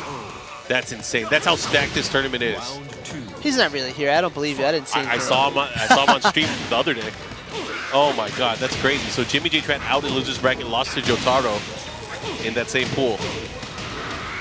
Yeah, that's tough because he's also trying to get those points for the finals. Having a hard time with Noctis, I suppose, huh? I think a lot of people would. If you're not used to Noctis, and there's not many Noctis players out there, it might be tough. Not playing enough online, right? Well, yeah, Jimmy doesn't play online. It's a different game. I mean, I'm going to be very open and say it. Playing online is good. It can satisfy certain things about the gameplay, but it's obviously different from playing in a tournament setting. I was talking about that on stream a bit earlier. There's no way the game is going to be the same offline and online unless we put in a lot of buffer frames offline to make the game. And that's a big topic within the FGC now is the rollback? Netcode, yeah. Netcode in general. But that, it's like, you know, shut up if you don't know what you're talking about. Because people say netcode like it's a car part and you just like, you know. Just install it. Okay, press the button. Right? It's like you don't know what you're talking about. Yeah, well, I mean, you also got to consider like certain netcode or certain features of netcode can work in one area with a certain infrastructure, but it might not work well in another area with another infrastructure. Exactly. And I think it might be tough. I mean, like you guys have obviously tested in a lot of different stress situations, but obviously at the end of the day, you guys are going to pick what you guys feel is best for your game. And it's not like one of those things where you can interchange them either. Exactly. You got to build it from the ground up. I mean, a lot of people just say, oh, rollback is king and all that, but they didn't bother to see that talk that Tanukana did where he talks about all the stuff you have to actually design your game around it, right? Yeah, and that has to start from the ground up. So it's not like, let's say, like a lot of people are like, hey, why don't you just put GGPO in Tekken? It's like, it's not that easy. It's actually impossible at this point, right? That said, it's not just shut up. You know, I'm always looking at people's matches. Yeah, all people are their gonna give you feedback. shit for saying that. No, I mean, and I'm always truly looking for how people are experiencing the game and to see if there's any way to make it better for them. But I just ask that you be a little bit more, what do you call it? Understanding? Or just, you know, have a cool head and at least do some studying before you make some half-assed claims about stuff. I mean, obviously, I want to let you guys have like the best experience possible. So we will tweak it as much as we can. Well, but just don't take the flavor of the month and be like, oh, let's do this because that's a good idea, without thinking about all the ramifications, you know? Well, that's the thing, too. It's hard to balance it because a lot of people will just say what they want. They don't think about that kind of stuff. So it's hard to expect them to because, like, I mean, if they did understand it, the world would be a better place, right? They get to. I mean, it's like the guys who watch the UFC and be like, oh, my God, McGregor, what the hell are you doing? You should have done, like, a left uppercut. It's like you would step in the ring and do any better, right? That's true.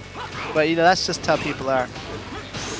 All right, well, so the one thing is at least people are passionate enough to talk about the game in that way, right? Yeah. Because they obviously care about the game, which is, I think, is great. This is the best time it's ever been to be a Tekken fan, right?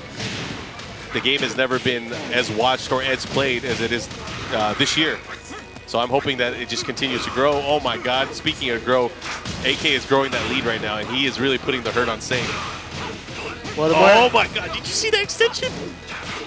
Good punish. He's in his head. Oh God, and the down forward 2. He's been landing the down forward 2 as a counter hit so many times in the set so far. I was counting him in the background. He landed it quite a few times already. Oh shit, there are some crazy matches coming up. Oh, Kujinshi. And unfortunately, guys, you know, with 270 players here, we have so many stations and so much to get through over the next 2 days. We're not able to stream every single match. It's just the reality of any major Tekken tournament that we go into. So we'll try to get as many of the good matches as we can. Unfortunately, Jimmy J Tran is already out of the tournament, so we're not going to see any of his matches. But we urge you guys to keep watching. AK, that was clean, dude. That was very one-sided. Tough for Saint. Saint now into the loser bracket. He's going to have to win another match to get into top 32. But AK securing himself a winner's side spot. These guys, no stranger to each other. They played each other many of times in the past few months and years. Dude, AK, man. Remember the first time he stepped onto the scene where he was at the Tekken Tag Tournament 2 World Finals? Was it? Yeah, where he ended up beating Help Me and Nobi in the tournament. He was appalled. He was like 13 what? or 14 at the time. And everyone was like, what is this kid? Who is it? Oh, crap, he's good. He's super good. But he's just one of the really solid players out of the Philippines. Probably the most known one at this point. But I think it's another region that really hasn't had the opportunity, at least on the world level, to really showcase their talents. And I'm glad we have events like Rev Major or Master Event in the Philippines, and hopefully we'll be able to see. I mean, you went there for the first time, right? Yeah, I mean, I'd always heard about it because the arcade was where the Philippines was, huge. Yeah. And Yonimori-san or Harada would always come back and be like, oh my God, Philippines. I just go there and they put me on like the front page of the newspaper or whatever. Well, he got in the news again, right? Because he was talking about Jollibee and Jollibee and whatever. But it's all obviously in good fun. The Philippines, Tekken, Dude, in the Philippines, love Tekken there. It's the most popular game there, and everyone says that even like the stars that play, obviously some of the bigger esports titles that are out there, whether it's Dota or like League of Legends, a lot of those gamers, they mentioned that Tekken is probably the first game that really got them into playing, video games in general. So it's really nice to see that kind of stuff. The Miss Universe or whatever, right? Yeah, Miss Philippines from a few years ago. She was a big Tekken fan. She was in Tekken too, right? Yeah. It's like a national pastime over there. I think for a lot of us, especially it's a generational thing. A lot of people, best-selling Tekken game was Tekken 3. What was it, 36 million or something like that? Something crazy. A crazy number. Yeah. It was a crazy number. Obviously, way more than fighting games sell nowadays. But that came like at a perfect time. And I think that's another thing that I don't know if a lot of people ever considered, but timing for releasing a game is always important. Like, you got to think about not only what else is out there, but also the life cycle for consoles as well. Right. It's kind of hard to ever figure out that perfect storm. I don't know where I'm going with this. Where are we going with this? But I'm hoping in the future, whenever there's something new that's out there, whether it's for Tekken, for anything that you guys are putting together, I hope it's at the right time. I know Harada mentioned that as well for Tekken Cross Street Fighter, which is something that you guys get asked about a lot. Still to this day, is I think in an interview you guys both mentioned that you have to wait for the right time. Yeah, and even on Twitter, sometimes people are like, "It's been in development for how many years?" Whatever. I'm like, "No, it's not been in development." We said explicitly that it's been on pause. It's been on hold. Yeah. Tekken is the sole focus of the team, and this game is huge. I mean, it takes a lot of resources that you guys probably don't even think about monitoring the network, monitoring all the stuff that goes on. And keep in mind, there's still the arcade version in Japan running. So whenever something happens with that, the team's always got to make adjustments to that. And sometimes you guys feel that you're spreading yourselves too thin. I mean, obviously you guys do have a lot of very talented people that work on it, but with so many different, aspects to the project, it's kind of hard to focus on, at least one for the global level, because when you're in Japan, obviously during that when Tekken 7 was just coming out, the arcade was the focus, and then that obviously you guys can't work on the console one at the same time. Right. So it's like give or take, because I know a lot of fans were very vocal about like, oh, it's out in Japan for like 3 years or 2 years or whatever, and then we don't even have anything yet. Then they were very sad and salty about the early 2017. Well, that's kind of how we got the Tekken World Tour. We were taking around the arcade boards to try to give them a taste of playing the game. That's what a lot of people don't consider as well, is like the arcade revenue helped pay for the console version of the game, and a lot of people don't see that kind of thing. And traditionally, that's how it's been for Tekken. It's usually it'll come out of the arcades, and that'll help kind of fund what is going to be happening. And arcades might not be alive where you guys are from, but in Japan, at least the past few iterations, the arcade scene has been very, very lucrative still for Bandai Namco. Tekken especially has done pretty well for the arcade market, I've heard. I'm not like directly involved with that. I mean, I'm in charge of the whole franchise, but the arcade sector, they're like a separate entity, right? So yep. I don't know the full details of their day-to-day stuff, but I'm told it does pretty well for the arcade. Yeah, so this is Kujinshi. He is the top-rated Asuka player at least in the arcade scene. He's number one Asuka. I remember his name pops up a lot at the Master Cup, usually. Yes, he was brought up a lot. And he's going up against Awais Honey from Pakistan, who is widely considered one of the top players from Pakistan. Last time, I believe, he met against Arslan Ash in tournament. He ended up besting him and taking that tournament. What is it about Pakistan that makes them like that? They're so strong. They just keep playing, and they don't care about. So do Korea and other people or other locations. I think it's at a different level. So you remember how everyone said Kazumi was dead? Yeah. They never stopped playing Kazumi, and you know how a lot of people were complaining about Akuma and Geese? They were using Akuma and Geese as their top characters way before that. So I think they had probably a better beat against the other regions on which are the top characters in tournament play. Well, at least also watching Ash, it seems like they really strongly rely on the fundamentals and not try to rely on character gimmicks. It's all they have to, spacing, sidestepping, back. The internet sucks there so bad they can't play online. Yeah. They have to focus on the aspects of their their basic neutral game, playing at the optimal settings. Anyways, we're going to go into the matchup right now. Awais Honey trying to light him up. He has a good lead here in this opening round. Kujinshi, do not sleep on this guy, though. This is winner's final of Pool B8. Winner of this will, of course, qualify for our top 32. And look at that, lighting him up. That was a very dominant opening round here from Awais Honey. And one of the trademarks or the hallmarks you're going to see from his core gameplay is you're going to see his ability to whip punish with standing 2 and down 2 and maximize the combo potential. The thing is, he's such an active player as Akuma. He is always doing stuff to build meter. He's always going to have meter at the right time, obviously other than the start of the match. But at key moments where he's able to really just capitalize damage-wise. Look at that. Look at this wall carry. Wow, I haven't seen that one before. Ooh, coast to coast. All the way. And that's dead. That's the scary thing too, is like, he utilizes a lot of tools that maybe most Akuma players don't. Right. Using that wall bounce technique, especially from a quick cancel from the focus attack, a lot of people expect, a low to come out, and that's really where Akuma can get a lot of his damage. But he's able to utilize the other mid tools that a lot of people probably don't recognize as strong moves to his favor. Akuma's so fun to play. I mean, I've played him quite a bit this season, or even before, but it's just so difficult to do. He was trying to do something different there. Might have been like a back turn guard tech catch or something. Asuka herself, no slouch, I mean. Especially in the damage department, she can put the hurt on quick if she needs to. But you got to get those hits first. That's the important thing. Anyways, we're gonna go back into the matchup here. Kujinshi is gonna have to pick a new stage here. I feel like he's a purist. I don't think he's gonna leave Asuka. Most Asuka players are like that. They don't pick any other character. live and die by the waifu. Get ready for the next battle. Yeah, I guess Josie's the only female character I really play. Same here. Same here. I don't use any other of the girl characters in the game. I played think my favorite girl. Oh, actually, no. I use Julia. I lied. Julia's. She's not just a girl character though. She's my waifu. Especially when she was in that other game where she was wrestling. Round 1. When she was filling in. Yeah. JC. Oh, I love JC. She was so sick. All right, light him up. Shakunetsu. All right, and I think Kujinshi is going to have to start doing just that. What we're seeing, Akuma doesn't really have a way to launch punish low attacks.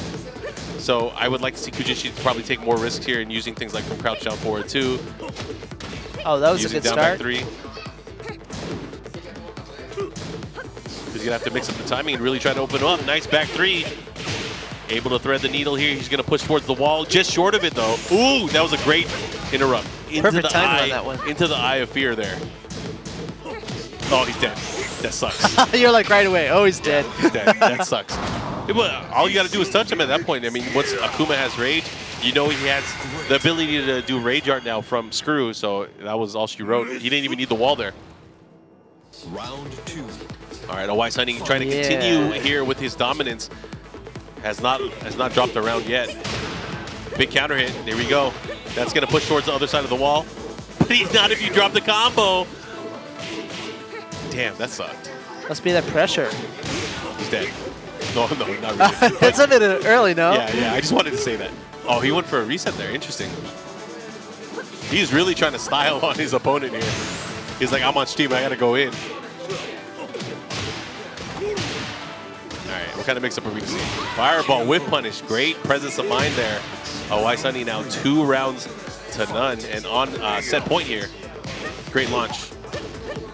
Oh, but Max has messed up the combo. No, you get a launch after that. That sucks. It's mind games. He's gotten inside his mind, right? Opens him up. Has another opportunity here. Let's see what he does with it. He does have meter still, so Kujinshi's going to have to be very careful how he's going to take this approach. Going to have to watch out, especially if he whips point blank. He doesn't. Oh. He's dead. He's dead. He's definitely dead. As soon as I felt like I choked on something and then something happened. And look at his reaction. That's his reaction like, that a lot of people in the chat are probably having about Akuma dominating a match again. Again, right? Again. Well, you know, there's not that many Akumas that win tournaments. I'll tell you that. Right? Very I mean, few, there's Super Akuma It's Super Akuma, and it's been this guy so far that have only won on the TWT with this character. Anyways, if you guys are tuning in right now, you guys are watching Tekken World Tour Tokyo Tekken Masters live from Bandai Namco Entertainment in Tokyo. I'm here with Michael Murray. My name is Mark, and we're trying to get deeper into this tournament and find out who's going to be qualifying for our top 32, which will be happening tomorrow. We're not going to find out every player that gets into our top 32, but we're going through most of the pools tomorrow as well, right? Correct. Yeah. We still have, I think, 4 pools tomorrow. And if you just happen to be in Tokyo, I believe you can just come out, and we have a registration desk downstairs, and they'll let you in for spectating. I think some people show up, even get this cool shirt. Yeah, it's Marduk and King facing off. It's reminiscent of, if you guys are familiar with the Tekken 4 Korean cover, there's a poster of Jin and Hwarang looking at each other, staring each other down. It's kind of similar to that. It's pretty That's tight. only for Tekken geeks, if you know what I'm talking about. I've got like a closet full of Tekken shirts now from the JB style. Oh, dude, he's done artwork for every single character, but this is a more unique set because it's featuring multiple characters at once. They have quite a few, right? I mean, we had one There's with a few. There's the Devil Katarina. Asuka one. There's the Lily and Eliza one. Yeah, that's the Devil Asuka one, right? You're right. No, yeah, yeah. It's different. That's right, just her. And then there's the Kazumi Mishima one. And then there's the Mishima Boys. Yes. And then there's the Asuka Osaka one. There's that was the Osaka Challenger event, right? Yeah, there's Katarina, Hwarang, and someone else. There's Anna, I think, as well. That looks kind of like the Devil Asuka almost. Yeah, that was when she was when she just came out as a new character. quite a few actually, right? Yeah, I remember before you guys only did the shirts for like events like Evo, or like every year it'd be like a gift when people entered the tournament, and then it went on from there to like there would be more shirts at different events. Like I remember Master Cup had a few as well, right? Yeah, it's usually the Japan side. Our esports team has them for these events. I guess because you know how many people show up for the most part. It's not going to be like 2,000 shirts, right? You guys have had some really, really cool promotional giveaway shirts. Like I know you guys had that, it was just the Tekken 7 Faded Retribution shirt with the heaven symbol on the back. Ah, that yeah, one yeah. was one of the coolest ones. And the tiger as well. Oh, yeah. It was there was set. 2 different shirts, yeah. It was the Heihachi and Akuma. That was TGS one year, I think, wasn't it? Yeah. That was, man, those were good times. It feels like, now that I'm thinking about it, this game is super old. Oh, cool. We got families here now. Oh, yeah. Not only families, I mean, there's so many, aside from, you know, the normal community, there's a lot of, you know, just people here enjoying and just watching, which is really cool. Oh, so we have Hazuremetal coming up on stage again. Ah, we the saw him Gigas earlier. player, right? Yes, and he made it to winners final. So this is the Against pool Tsubumi. that Jimmy J Tran was in, and Tsubumi as well made it up. Tsubumi using Shaheen. Shaheen. Gigas.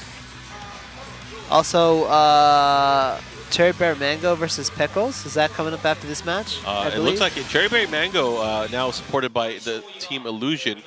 He's been making his rounds all over the world. You know, he's been all over the world. And like I think him and Jeondding are probably the most traveled for a lot of the Korean players this year. So is that Reddit topic, is that true? What Reddit topic? I haven't been reading About Reddit. the Korean players? No? No, what are you talking about? How do I know if it's something true? about the Super Akuma's stream and what he said on or did not say on a certain stream. Now I gotta look it up. I have no idea. Don't do it on stream, dude. All right, I won't do it on stream. Now, I actually read Reddit quite a bit to just kind of see what people are saying about certain aspects of the game or updates or Yeah, you see know, if there's a crash lot of good reports or- resources for just getting people's feedback. I only read the grown-up threads though. Oh yeah, it's hard because there's a lot of guys there that like to measure their EP, if you know what I mean. Okay, gets the float here. Not going to do too much damage because of the way that he landed it, but he is going to get some decent wall carry, which is very, very important in the matchup.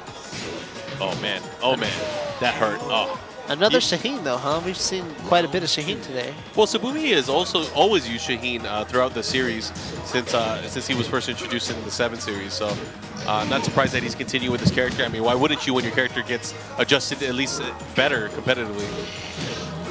But we're starting to see them, I guess, flourish a bit more just because of how favored he is with the updates. Nice down 2. Able to scout it out. Hazuremetal now pushing towards the wall. And this is going to Hoyt. What are you going to do? Boom. Mix up. What you can eat? Mid. Nice slide. Able to get out of there. Gets the follow-up. Looking to close it out, but the low jab able to interrupt. But hey, let me poke you in the eye. Poke an eye. Sorry for the brief lapses in conversation. I'm draining some snot out of my nose. I got a huge cold here. Yeah, it sucks, dude. Having a cold, the weather here has been changing so much. I mean, with the different, you know. It's like 80 one day and then like 50 something the next. Yeah, it's kind of weird. It's kind of weird. You guys have had the weirdest weather over the past month.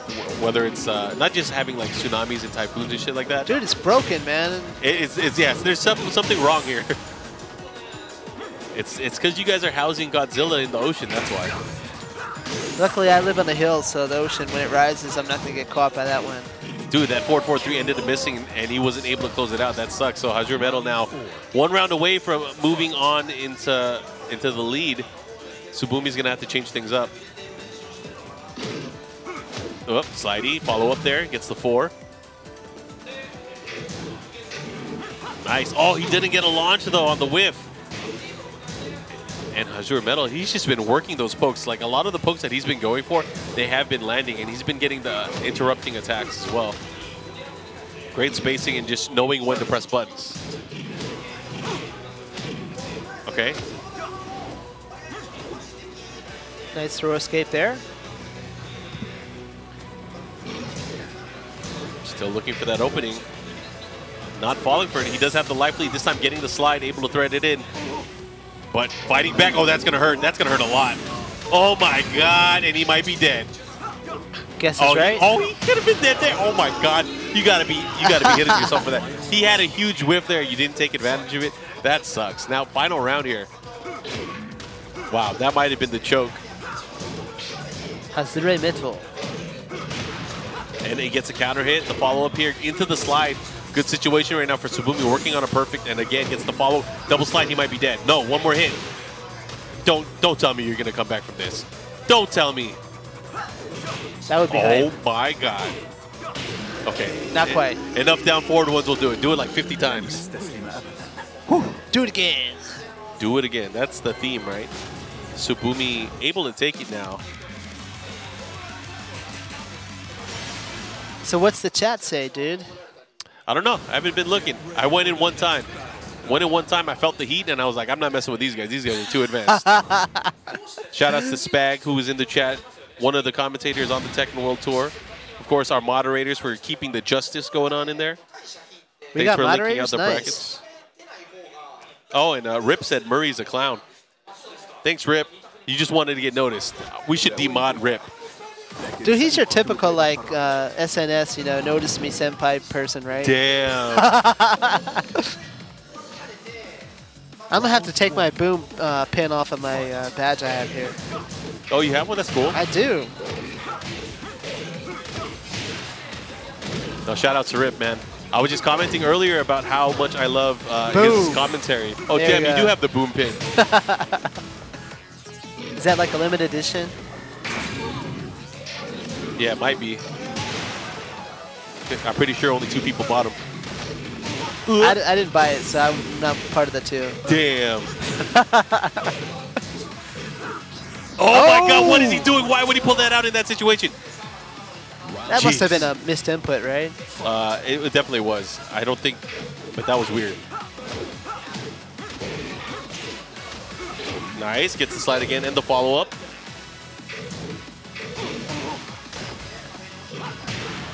Uh-oh. Quick counter hit? Didn't get the follow-up. Thought he was going to go for the other attack, you know, where he throws his hands up in the air. Yeah. Like, do we got a problem here? Excuse me, sir, do we got a problem? And, you know, Tsubumi Rage? Hazuremetal's still doing a great job.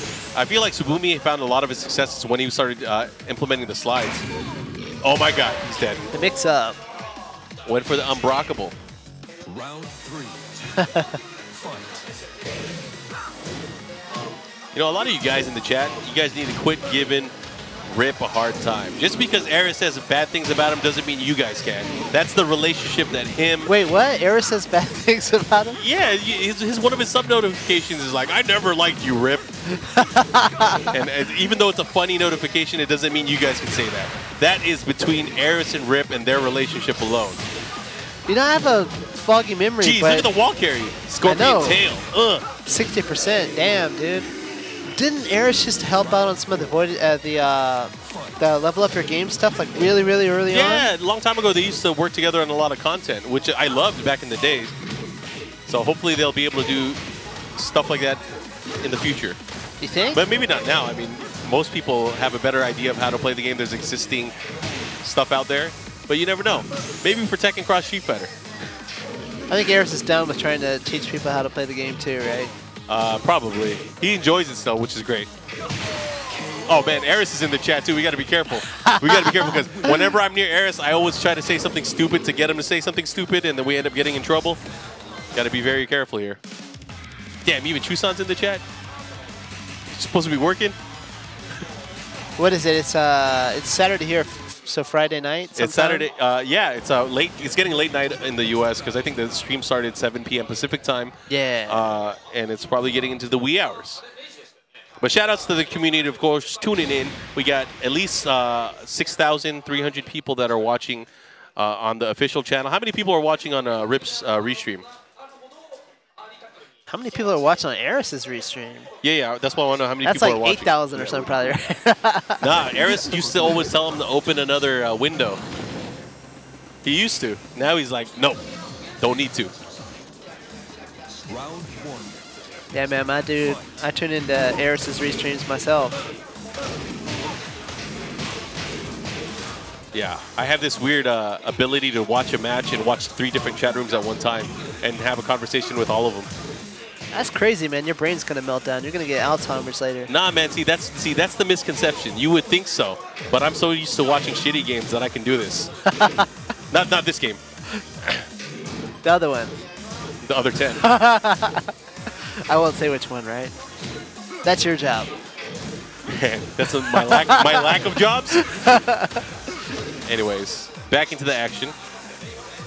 Oh, They're in the I open gotta be stage. careful. I feel like a lot of times it's kind of delved into this. You know, whenever someone has such a dominating performance, the counter is to always pick a Wallace stage, and I like that. You know, it works out for a lot of people. I call it the Korean classic because this usually. But why does happens it with always Korean got to be the players. snow stage? You know, I like the other ones. The Infinite Azure 2? Yeah. Oh, man. All of the 2s are bangers, let me tell you. Infinite Azure 2, Jungle Outpost 2. Can I get a Mishima Dojo 2 or a Mishima Building 2? Hook me up. Let me get some more tracks. You know, I was thinking about that the other day when I was streaming more. I'm like, I need some music that isn't going to get me banned, right? I wonder how much I can ask maybe Toyama or Sano Denji to make a track for me. Damn, your own personal mix? Yeah, wouldn't that be cool? Let's crowdfund that. I'll donate for that. Dude, I'm seriously thinking about it. Be like, you don't have to spend as much time as you do on these tracks. You just come up with something tight, about a minute or 2. That would be so sweet, man. Use it to tell them to add the Tasty Steve soundboard in it. That's how my winter DJ, bonus do is some gonna... EDM, make some noise, point around the line. Dude, thing. that's cool, you know? That's one way I could use my winter bonus coming up in December. I'm going to buy myself a Tekken song. Like, not Damn, Tekken, that'd be sick. what track is this? This is called the Murray track. Isn't that cool? Yeah. Don't email for shit track. Dude, I think I'm seriously going to do that. I mean, that's a cool thing, though. You got to think about it. These guys, or the composers behind these tracks, they're legends, in my opinion. These guys have put together some of the sickest tunes to go along with some of the best fights. Smacked into the ground. Yeah, this is going to hurt, too. He's going to get the kill right here. Yep, that's enough. Unscaled on the last hit. Hazuremetal 1 round away from taking this. Yeah, Tsubumi in a tough position now. I mean, he kind of brought this on himself. You can't go against the gigs without the ass. You got to take both at the same time. It's really interesting that, you know, this is maybe the second time I've done this, like a long commentating with you. Mm-hmm. It's quite different than Obama, you know. We got like a different flavor when it's me and Obama and then me and you. I think that's how it is with just anyone that you do commentary with. Like, I feel like a lot of people may be intimidated because you're an M-cop. But me, I'm not scared. You know why? Because I don't say anything stupid. At least stupid, that's stupid. Not saying the other guys do, but they just want to be aware of not saying stuff. Oh, man, Tsubumi looking to tie it up. There he goes. Just dashed in, squeezed it out. All right, we're tied up, 2 rounds of 2. Uh-oh. It's going to hurt. You know who I am scared of doing commentary with? Eris. Really? Yeah. Me too, honestly. Yeah, oh yeah, okay. That's a recipe for disaster. And we don't even have all the ingredients. Oh my god, why are we looking at them? I don't want to see them. Show me this shit. What's gonna Let's happen? go. Oh my god. Unblockable. Okay. Oh, that sucks. That is Cross the worst chop. way to die. I've said that so many times. Losing to the forward cross chop is the worst way to die in the game. I think it's worse than get up kicks. Oh man, that sucks. But yeah, going back to Eris, dude, I'm scared to commentate with him. He's made it quite known that he's like very specific about who he likes to commentate with. Oh, right? no, yeah. He doesn't like doing commentary with anyone. He doesn't like doing commentary with anyone. But he told me, he lied to me in my face, and he told me that he likes doing commentary with me. So you can tell when Eris is lying, though. No, you can't. You can't. There's like no He's tell. got that smile where he's like, yeah, no. He's a professional Twitch actor, man. There's like no way. If he starts like twirling his beard, and then he starts doing the eye thing, if you could see his eyes, that's how you know. If you could see his eyes and there's no red in them, that's how you know he's lying. That secret Eris tech there from Markman. Anyways, if you guys are tuning in, thanks for watching. This is the Tokyo Tekken Masters, live from Bandai Namco Entertainment in Tokyo. And this is just day 1. There's going to be 2 days of this action. As you can see, we're in the cafeteria of our building, 13th floor. Yeah, look, can we get a machine? Do you guys have a themed food again this time? Nah, not this time. Damn it. Last year they had like the Tekken players Paul don't buy Phoenix anything. burger or something like that. Man, these guys don't appreciate it enough. No, they don't. Damn, us Americans are going to have to order like triple the amount of food just to support this place. That should be easy enough, right? Yeah, it's like a normal serving for us. All right, so this is Illusion Cherry Berry Mango going up against MVP DHE Pecos. Jin versus Geese. So Pecos is still sticking with Geese even after the changes from Season 3, right? Yeah, and you know, I feel like, yeah, Geese is different now. But it's he's still able to explode if he needs to, especially towards the end of the rounds. The thing is, he just has to conserve his meter like much more. He has to be more careful about the usage. Yeah, you just have to be picky about the timing, right? Yeah, and you know, Geese where he shines, and I feel like he's always shined, is when he has rage. The adjustment to his Deadly Neo Rave thing is his secondary or his other rage art. Right. The last hit does so much damage. That thing packs a punch. Getting bopped at the moment, though. Cherry Berry here looking to take it.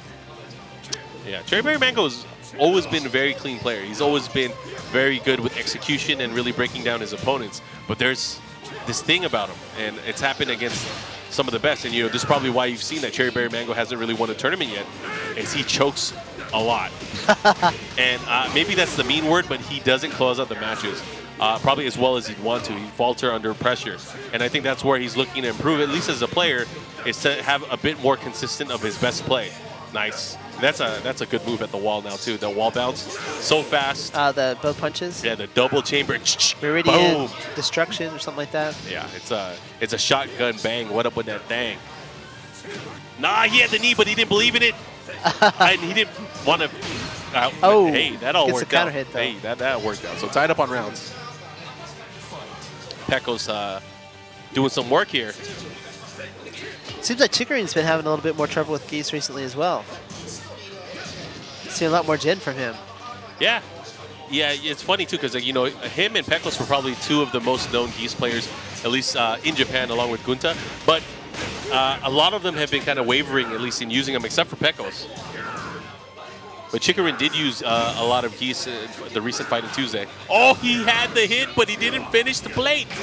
Oh, man. And Pecos doing his best Cherry Berry Mango impression right now.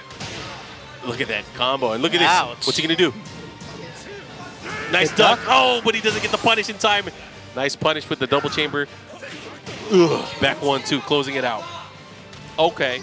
I like what I'm seeing. So I haven't seen Chickering at all today. Is he here? Maybe he's playing tomorrow? I know he's in the tournament. Cherry Berry looking to go to the wall. Yeah, he's going to get the Savage Sword. Let's see what else damage he's going to be able to get here. Savage Sword. I remember coming up with that name. What do you call the other one? I never look at the move list. I probably should more, but I call it the Savage Axe, the one that chops downwards. Ah, the one that came in later, right? Yeah, the 4-break move. I don't remember. We're going to have to look up these move lists. We need to have a session. How does Michael Murray come up with these move names? Because they're not literal translations either. First you have a drink, then you have another 10 one. Drinks. It's actually crazy because you revamped, I remember a lot of the moves in the game. They sucked, yeah. Well, I wouldn't say they sucked. They sucked, dude. They weren't in theme. Like, you changed all of Eddy's moves to be Portuguese-based, actually after the martial arts. And a lot of them before were like moves like rewind or hot plate special, stuff like that. Bikini split. Yeah, I actually still use those old names. J.A., you know who you are, man. Those names sucked ass. I'll say it, right? So I fixed them. And it was always at a crazy time. Like right before the Master Up, you know, or just like in a crazy time like that. They always hit me with, oh, here's like 500 moves to come up with new names for. Have fun. So that, no wonder you hated the new characters. And guy Ikero he's a law player. He used to do the Japanese names, and they were really good. And he was really good at finding these kind of elements of the moves that translated well. But oh, he must have been on some other stuff then. But they never translated well into English, so I always had to redo everything, you know. Huh. And it's then, like naming Pokemon. Who wants to do that? That's tough. It's always looking at the animation and seeing if it looks like a certain weapon or certain something from the character's lore. It's a lot of time actually goes into the move names. Although I don't use them when I'm commentating, right? Okay, let's see. one match here for Cherry Bear Mango. Yeah, it's interesting too because Pecos obviously picked open stage here. Oh my God, but yeah. I love that combo. Me too. And Cherry Bear Mango Ouch. always lands that combo. I'm pretty decent at that one too. You have to have the electric though, right? Yeah, you got to have it down. You got to be ready to do it. All right, he gets the follow-up here. Let's see what he does with it. Oh, I don't think that's what he wanted, but still able to get some damage. Pecos really having to rely on his sidestep and his, oh man, look at the parry. I know, right? You can't be predictable. All right, he does have 1 meter now, which does give him access to more potential damage, more pressure tools. Let's see if he's able to utilize it here in the matchup. He does have the life lead, so he's kind of standing back and waiting for an opening. Yeah. Again, he's just sidestepping to the right, looking for this opportunity, trying to bait something out, and that's a great whiff punish there. Did not want to use the meter, wanted to save it still, especially good choice. It being so hard to come by nowadays. He doesn't build the same meter once he's getting hit this time. Being more thrifty with it. More handy with the steel, if you know what I mean. Earn your keep. All right, doesn't fall for it, doesn't duck. What do you think of this Jin, though? You remember he used to be like half Mishima, half Kazama back in the Tekken 3 days. I mean, he's like a different type of Mishima. He used to be like a hybrid, right? Yeah. But other than the can-can kicks, I don't really see any Kazama stuff left in him. Not anymore, right? Not anymore. Give him Asuka's back 3. That'll look weird. Oh, that's going to hurt. Out of range, though, and he wasted the resource there for his comeback, but that sucks. And look at that. from behind. Pecos is looking to tie it up here.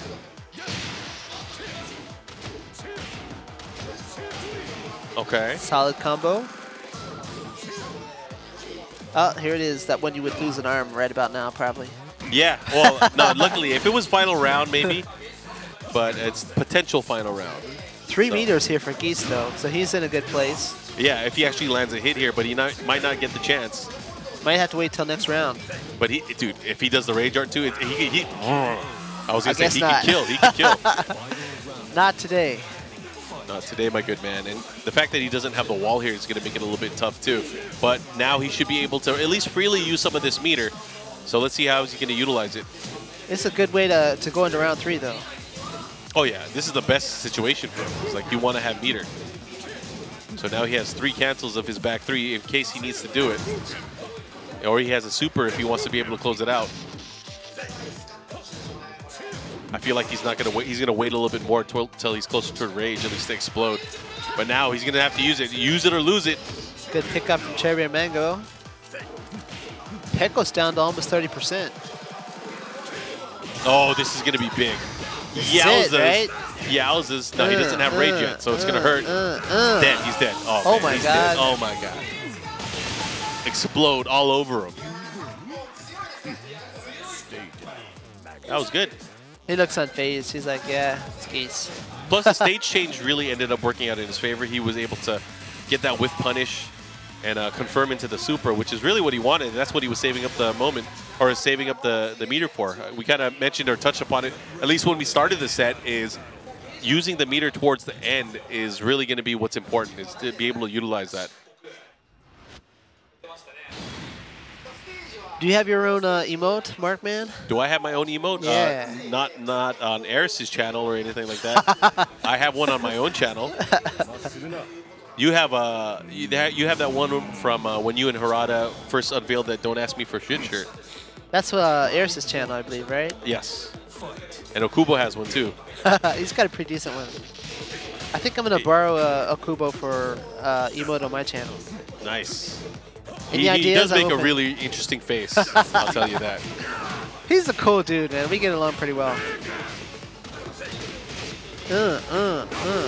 Nice. They're getting the damage here. Now, because we're in a wall stage, it's obviously going to benefit both of these characters. Probably Jin a little bit more, just because it's a bit easier for him to be able to convert into combos, especially with the wall carry that he has. Oh, doesn't get it. Too deep. Too deep. That right leg was too deep in his butt. Okay. Having another opportunity. Let's see what he does.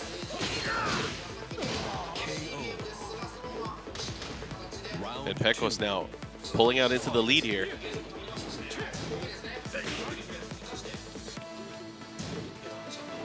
Nice. Still, you know, doing a great job. What we're seeing a lot from Pecos is he'll throw out a poke, and then he'll start sidestepping to the right to try to create an opportunity. Waiting for a response, right? Yeah. And the thing is, you know, certain moves will be able to catch him, but Cherry Berry Mango is going to have to commit to him, and it puts him often into a situation where, oh like my that, God, right like there. that. See, he's going to have to commit, and then it gives him an opportunity to really capitalize on the damage. And look at that, Pecos. Ouch. Able to really, really capitalize there. 1 round away from taking this, right? Yeah. It's looking really good for at least the situation that he's been put in right now. Let's see if he's able to make a comeback here.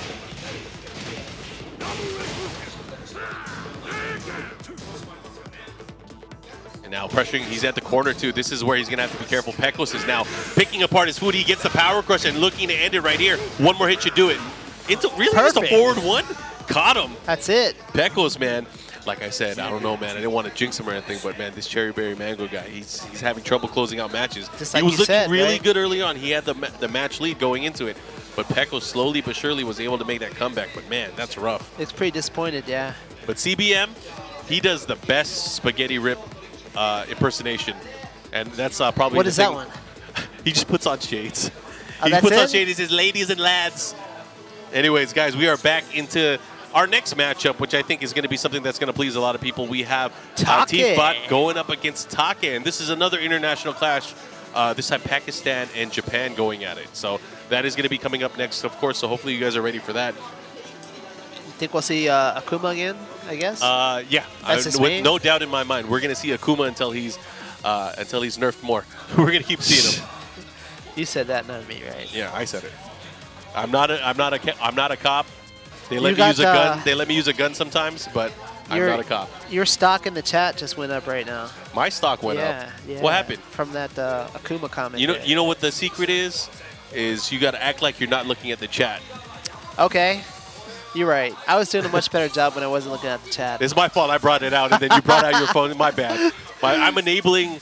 I mean, it's the thing is, it's so entertaining sometimes. Sometimes people actually have really good things to say, whether it's maybe not in Eris's chat, but in the Tekken chat, sometimes it's good stuff. But the guys in Eris's chat are funny though. Dude, I have a good time there. Oh yeah, so do I. So do I. But, you know, they all kind of, not all, but a lot of them try so hard to, like, you know, get noticed by Eris. To, like, say something witty so that he Oh picks it yeah, up, it's like what you said. It's the notice me senpai thing, right? Like their lives revolve around like, I hope he bans me. I hope he shoots me. All over the face. I hope he shoots me. That's just that would be amazing. your weekend right there. That would make your week. Like I hope No Pants puts pants on me. That would be my dream. I haven't had to shoot anyone on my channel yet. I have pretty decent folks in mine.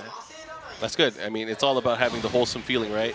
Anyways, we have Take versus Atif going at it right now, and this is the match. Oh, this is not the matchup I expected. I expected to see Kazumi, but we have Take picking Paul Phoenix in the matchup. You think that's due to Akuma? Yeah, largely, and I think the damage output overall is just something that people like. And, you know, aside from damage and just the wall carry, it's something that obviously is something that you can't ignore. So Take using Paul, of course, switching the Cowboy names version. around.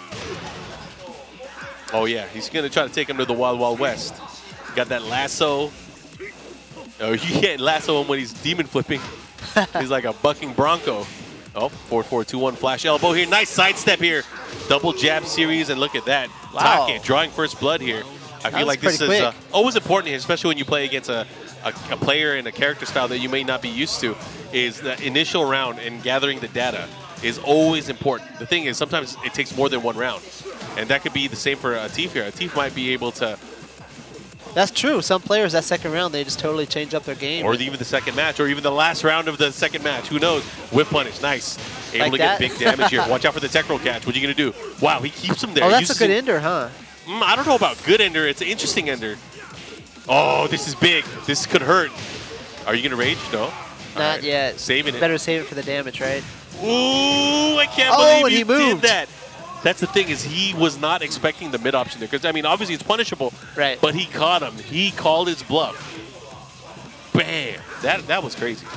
Good punish. throwing out that sweep there. Again, if you guys are tuning in, this is Winners Finals.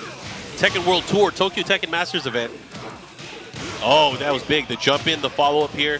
He's going to get the wall carry. He should be able to reach the wall. Let's see what he does with it. Goes the Tatsu. Oh my gosh, caught him ducking.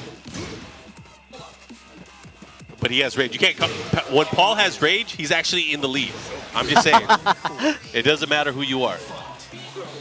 The only character in the game that's like that. If he has rage, he's in the lead. Ooh, the jump. He had the right read on the jump, but not able to get a combo or a hit. But look at this. Yeah, dude. If Paul had a way to decrease his own life like Yoshimitsu, you'd do that, right? Yeah. Damn. Oh, nice. Almost. Atif bot doing a great job, really, of controlling the spacing. After losing that opening round, he's up 2 rounds straight. Looking to maybe close it out in 3 successive rounds. Let's see what he does here. Oh, great block. And that's key there. You got to be able to block those because it is launch punishable. And he puts him in rage now. One hit can end it for either one of these Well, Take's always really had a solid defense, though. He's the wall. Oh, he's dead. He's done. Oh, did he miss? He missed. Oh that God. sucks. He missed the demon flip screw. He's not not able dead. to get it. Yeah, he got a little greedy there. Got a reprieve. Oop. Damn. That's gonna Atif hurt. getting into Take's ass right now. No pun on his name, but he just got in his butt there. Oh my God. And look, he's done. Ouch. Perfect. Jeez. That was an interesting expose. Atif. Just another day in the office. So he's with Genuine Gaming as well? GG? Yeah, he is definitely him and Saint then? him Saint. Well, is it? I think so, right? And also Awais Honey, right? Yeah. They got the army here.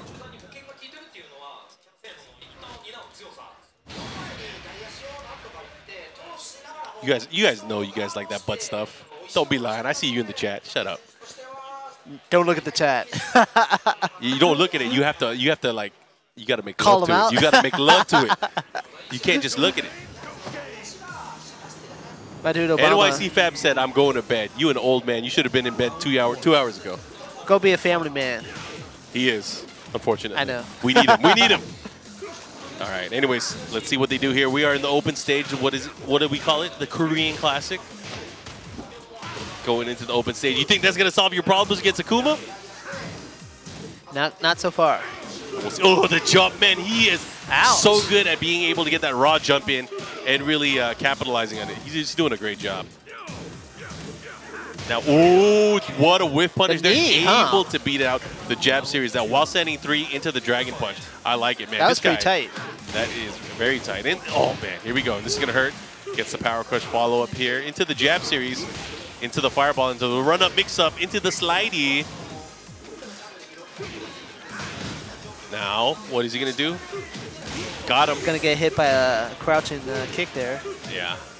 Kind of hard to deal with, too. I mean, the thing is, if you're moving backwards, it kind of prevents that from hitting cleanly where you can get the combo follow-up. But the thing is, if you're not up close against them, it's really hard to get any kind of decent punish or sidestep into a whip punish into a launch. So it's very, very difficult to kind of get that read on. Man, he is hitting. Down 50% already. Those boots, what are the spurs for? Jeez. Again. Do it again. Oh, he's done. He's Jeez. dead. Atif bot doing such a great job of just really exposing the legs there. Making Take look like an amateur, man. That just says how strong he is, right? Yeah. And that's the thing is, like, you guys might be watching this and be like, oh, Akuma's overpowered. That's not easy to do. That's not easy to do with any character. But these guys, obviously, these guys are professionals. These guys traveled here for a reason. They really want to make their mark. You know, Awais Honey really showed when he won the event earlier this year, when I think it was in Malaysia, right? But he was able to beat not only Nobi, but also Knee, resetting a grand finals against Knee. And man, that was rough. My dudes turning in. We're here with Mark, man, at our office on the 13th floor for the first day of the Tokyo Tekken Masters. Unlucky floor number 13. 13, right? In Japan, it doesn't matter. It's hey, there's a guy in the number chat 4, number 9. that just said, shut up, Mark, man, not easy to do. Down 4, dude. How about you shut up? You learn how to play the game. Down 4. Dude, you shut up. Down 4? It's not even the right move. It was down 3, you idiot. Down 4. He was talking about down 4 is the move to just be able to like demolish people with Akuma. Well, it was with Take right now. Well, that one, yeah. Take ate that one, but yeah. I don't think down 4 is the one you got to worry about, especially if it's launch punishable. Yeah, man, it's hard. It's like if it's so easy, then why don't you try it in a tournament, dude? I tried it. It's hard as shit to do these things that they're doing. No, I think it's a good mix of like these guys have a good way to kind of read the rhythm and also change the timing of their moves, which is very, very difficult. Exactly. I mean, to get it to land, you saw how he jumped in right when Paul was doing, was it just the normal left kick, I think? Yep. Right over it, smacked it in the face, then into the back left Smack punch. his face. Boom. All right, dudes. Coming up, what do we got?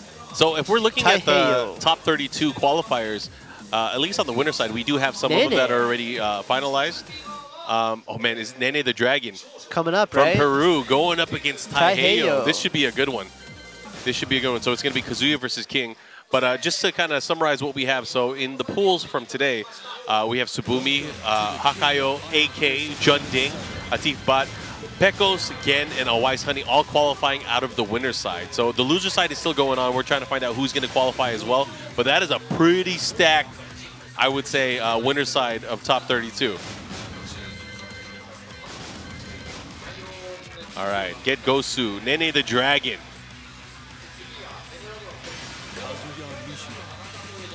Taiheiyo earlier losing to Gen, I believe it was, in the last match we just saw. Yeah. Sevenswell. Well, we got more viewers out of nowhere. I think Eris either fell asleep or he hosted us. My dude, I hope he's coming out to Bangkok, man. That'd be cool. I told him, man, he needs to. I know he doesn't like flying, but it wouldn't be the same without him there, you know? Right. And it's Bangkok, dude. The thing is, like, there's no easy flights. He's gonna have to transfer no matter what. What's it like from the West Coast? It's not too bad. I mean, he'll either have to go to Hong Kong or Japan first, and then six to 7 hour flight to Well, I know Thailand. flying sucks, so it'd be Or just 3 hours from Hong Kong, I guess. come to Tokyo for a day or two, chill, and then get on a plane to Bangkok, right? Maybe. sure It's been a he's- while since he's been to Japan, too. Either way, let's see how this matchup goes. Taiheiyo starting it off here with some aggression. But Nene the Dragon able to drag that Electric Wind. Godfist gets the wall, and he's going to get the follow-up here with the 1+2. Let's see what he does. Nice punish there. And you guys might remember, Nene the Dragon actually did very, very well for himself at the TXT. Or was it TXT? Or was the other event? Oh my goodness, the drive. The follow-up and the death right here. Running powerbomb. Yeah, top 32 will be happening tomorrow. Right now, we're just trying to figure out who's going to be qualifying, at least from the pool side. Nice Electric Wind Godfist again. And that's not easy to... Oh my god, he missed the back 2 follow-up, the new screw ender. Big counter hit. For Kazuya? Nice. Let's see what Nene does. Nice hesitation. Oh my gosh. Let's punish that. Punir Good able to throw right. break. Into the multi-throw. Let's see what he does. Oh, into the RDC. That's the most messed up mix-up. Is both of them are going to do a ton of damage. Both of them would have killed. But which poison are you going to take? Do you want to get hit by the Death Cradle? Okay. He should be able to get the wall here. Oh, no, Not just quite. short of it. Oh, no. Side wall stun. Into the wall standing 1-2. He's going to close it out there. Great Nice round. flow, yeah. You got to keep on him, man. Hit him with that Nene. This music too, man. Nice blocks. All right. Not safe. He was able to get the punish there into the 4-3 while standing. Standing at you. Oop. They trade blows, but in favor right now, Taiheiyo, he's able to thread the counter hit. He's going to get the wall here and the follow-up ground throw. Nice break. Oh, running Ouch, knee. That's that it. could be it. Never mind. He didn't capitalize. Ah! This is bad. We'll see. We'll he has see. rage. Oh, my God. Side walls save lives. Oh, he's stuck. That sucks. Oh, man. That was pretty tight, man. That was pretty tight. I mean, that rage drive is so good. Then you get to be double Kazuya after that, right? Yeah. DK. Nice. 2 rounds apiece. They trade again.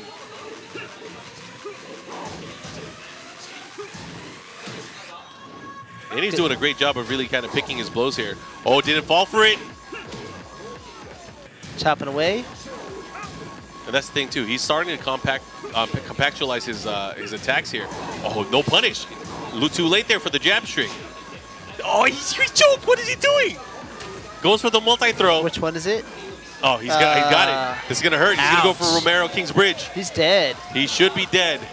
But yowzas. Put your arms up. Ugh. Let me talk to you. Pay tribute. That move, man. I just, go get a coffee or something when that Look happens. at him. Look at him. He is feeling himself.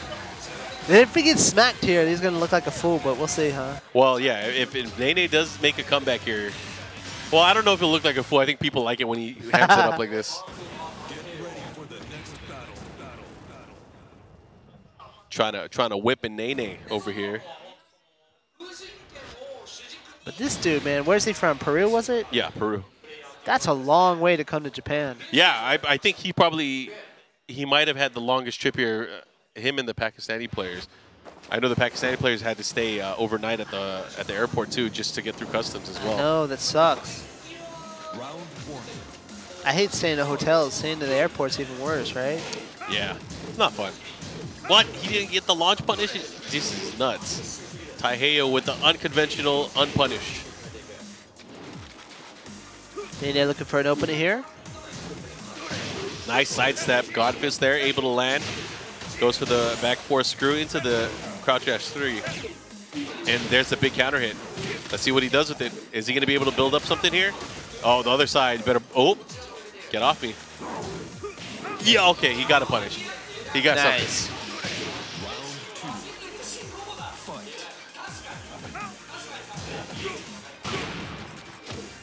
We got some Nene fans in the chat here. Oh, yeah. Running power bomb here. Follow. What kind of Oki are we going to get? Goes for the people's elbow. Not able to land anything out of it. But again, a sidestep Godfist. That's how you play a Mishima. Oh, yeah. You got to live and die by the sword.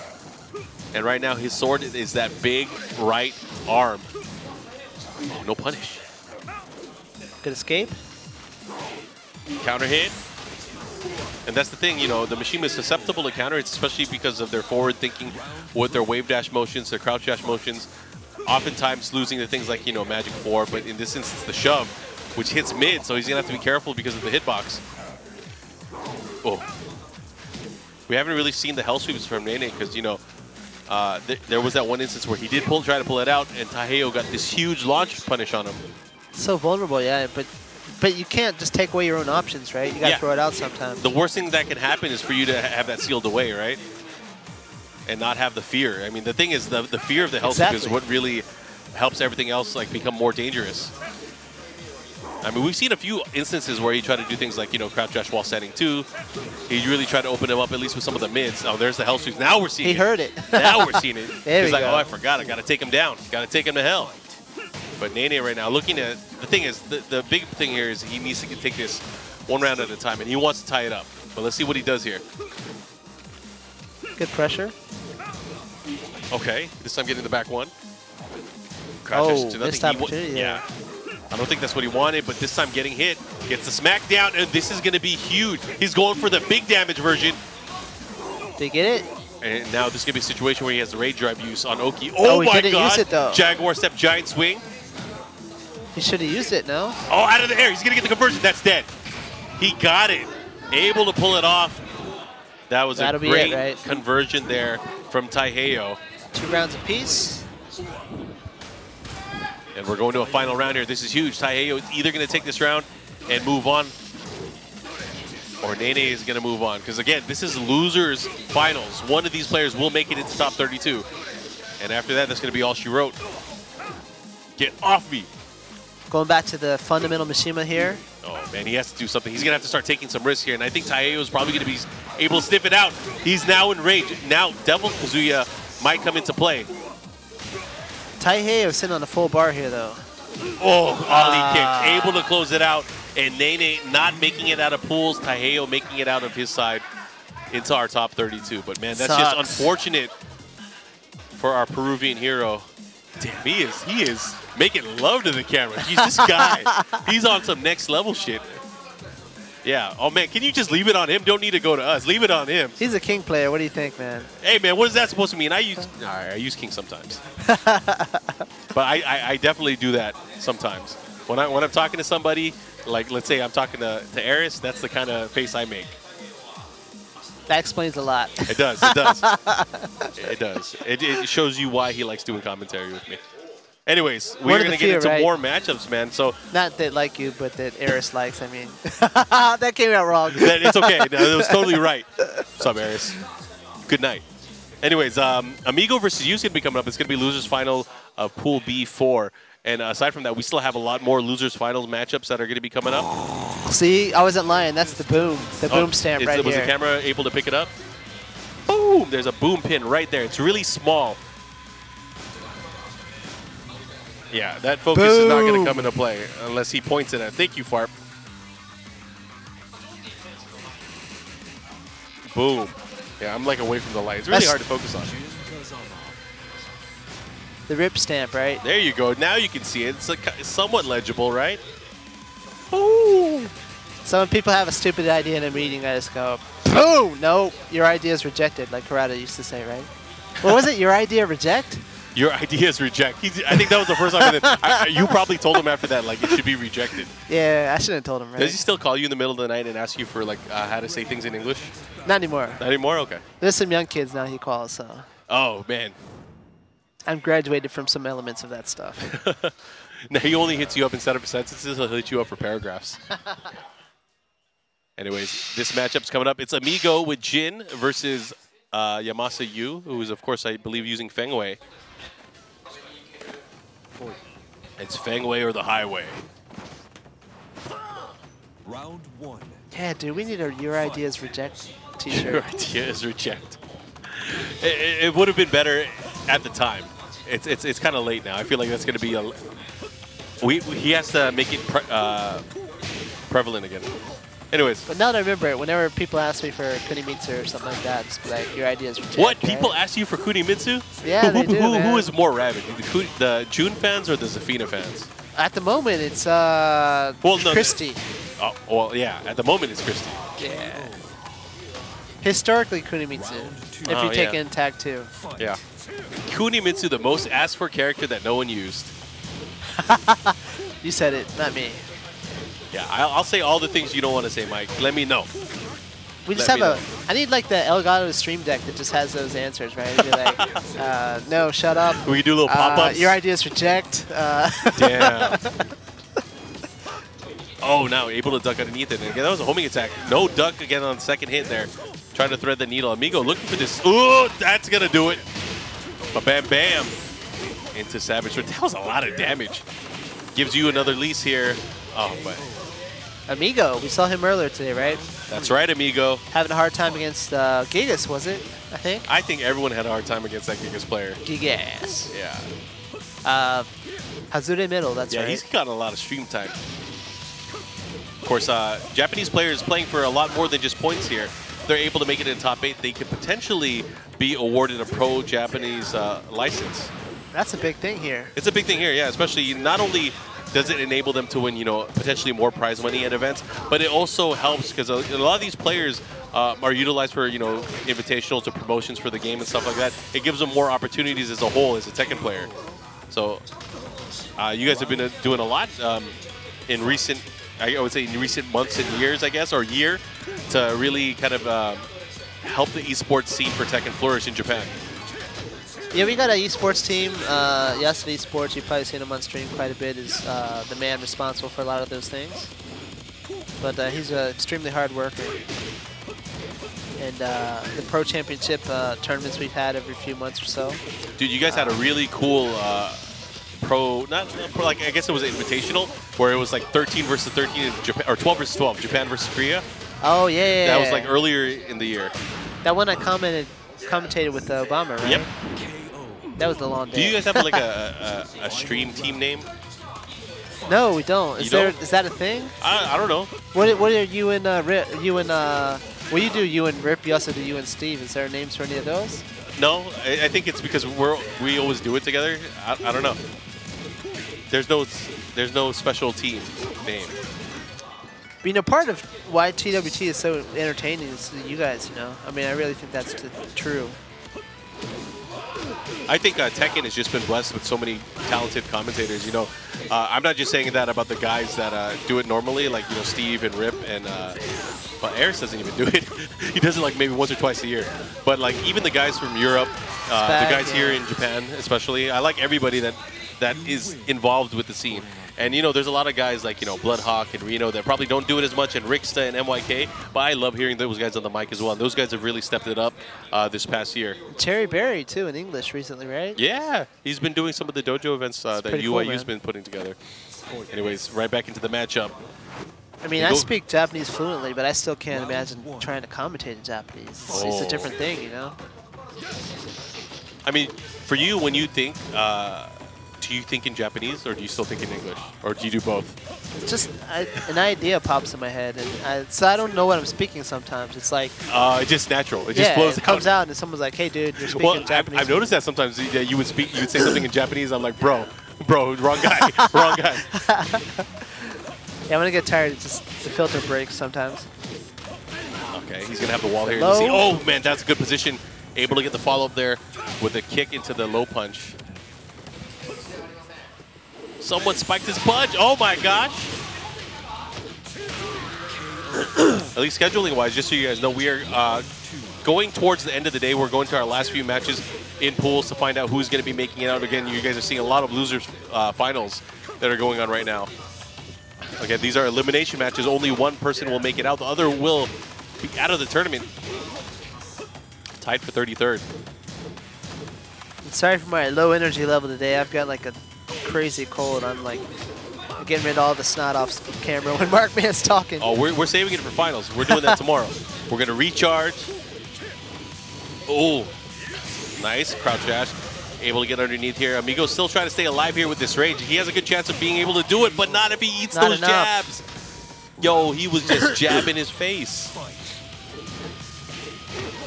All right. You guys didn't hear that, but I said, all right, Mr. Farb.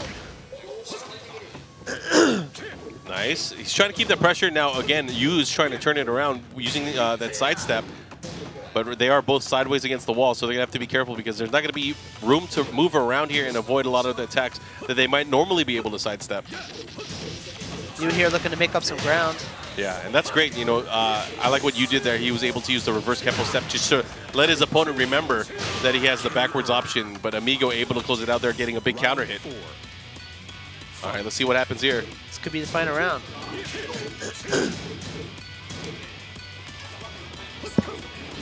Yeah. See what he does. Nice, he gets the big forward four. The follow-up here. Gonna get the screw. He's gonna get the wall as well. Nice, good conversion there from you. But he's gonna have to be careful right now. Amigo with rage could prove to be very troublesome. Good use of the walls there. But not enough to close it off against you. We're at set point now. Catch him with the counter hit. Drops it though.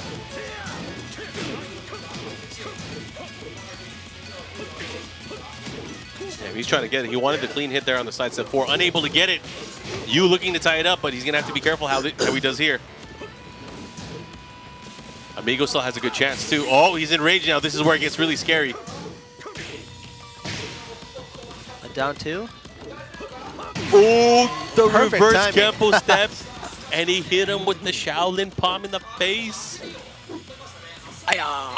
You looking really relaxed here. Dude, that's a tight jersey. I like that Tekken 4 logo. That's Tekken 4 Pachisla, by the way, not Tekken 4, Tekken 4.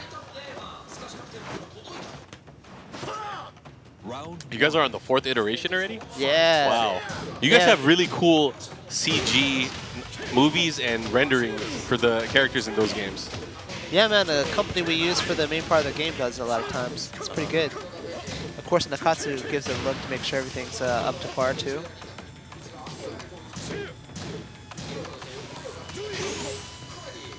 Oh. Amigo doing a good job of keeping him at the wall. That was pretty one-sided. Yeah, Amigo, I mean, I wish we saw this earlier. I mean, he might have been able to close it out here in match number 2. He was doing such a great job, at least spacing-wise right now, getting the right reads. Nice, able to get the wall rising launcher here. He's going to get the wall into the Savage Sword. The follow-up here. That new kick on the end, right? Dude, the wall carry, man. Insane. It's like everybody got the wall carry hookup. Oh, he totally meant that. Jumping jab. This rush hand into a jumping jab. Yeah. And it's actually, you know, jumping jab is actually a really good move. It's actually a really good move. It's just, I don't think anyone ever does it on purpose. It's fast, it's quick, it crushes. Oh, he got that throw that hurts. The back turn one. Yeah, Yu's fighting for his life now. That was a huge risk there with the down back 4. Unable to get it, and now, look at the wall carry. That's a huge price to pay for that one mistake, right? Yeah, and he's enraged now, too. He's going to really have to put the hurt on. Oh, I thought he was going to sidestep and get him. That should be it. It's caught by the 1 and 2, right? Yeah, and Amigo taking it. Able to eliminate Yamasa's Yu. Just unfortunate there. He was not able to progress further into the tournament. But you can't win them all, right? So out of Pool B4 is Jeondding on the winner's side and Amigo making out on the loser's side. Jeondding. Yeah, so this is going to be from Pool B3. AK made it out on the winner's side. So on the loser's side, we're going to have our loser's final. It's going to be Saint from Korea and Sarah from Japan. Those two guys will be going at it, I believe, I've next. heard that name at the Master Cup, right? Who's he played, you know? He was there. What's his main character? I don't remember. You know how many players were at Master Cup? There are too many players. 1,300 and some. The only ones I remember were the ones that beat us. Gigas and Asuka. That's how it is, right? Yeah. I feel like if you bring it up with Steve too, like, hey, remember that Asuka player? He gets so heated. He gets like so mad. If you bring up Gigas, he gets so pissed. Well, Nishin didn't show up for that match. We were supposed to play him, right? Yeah. That team that no-showed. Thanks, guys. Thank you, Nishin. Yeah, because those guys are really good too. I have no idea how to play against Anna anyways. That was a I don't know who he was going to use. It was either going to be Anna or Elisa, because he uses Elisa as well. He used Elisa before Anna was out. Or he's probably like, look at these guys, Gene. They're free. I'm going to use Anna anyways. But it's character lock. Don't you think he uses better character? Who knows? I don't know. Anyways, I won't go into the reasons why they didn't show up, but it happens sometimes. They got scared. They saw Michael Murray, Tasty Steve. The beads on Steve's arm, right? It's pretty threatening. Dude, sometimes he takes off those beats to play better. It gets scary, man. You could feel it's like the vortex in the room of power. Dude, when does he find time to work out, though? I mean, you guys are flying all over the place. He sleeps less, so he'll work out at the hotels all the time.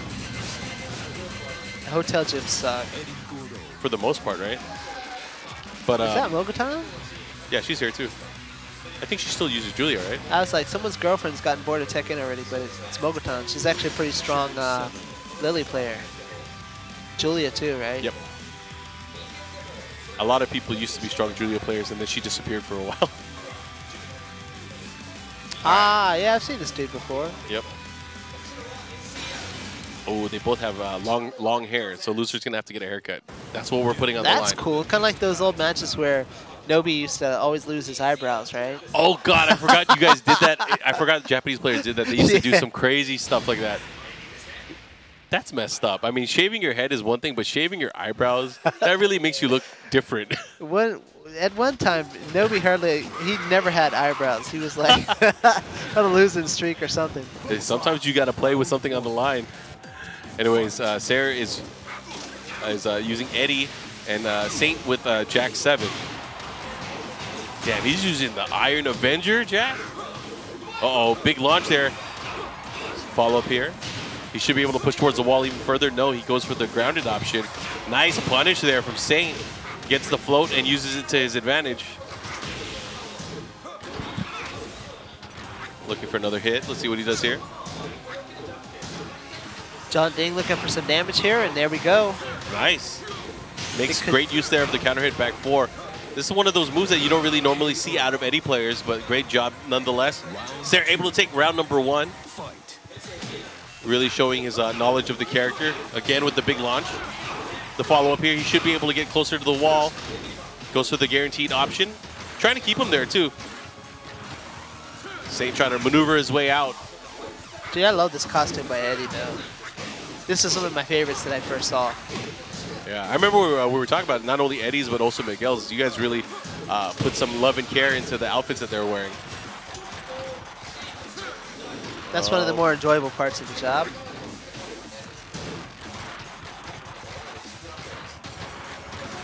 Really just trying to dancing. find it. Yeah, I mean, that's the thing is like Eddy's ability to dash and backdash is just probably the best in the game. I mean, where he lacks the ability to move at least side to side, he has the ability to move in and out really quickly.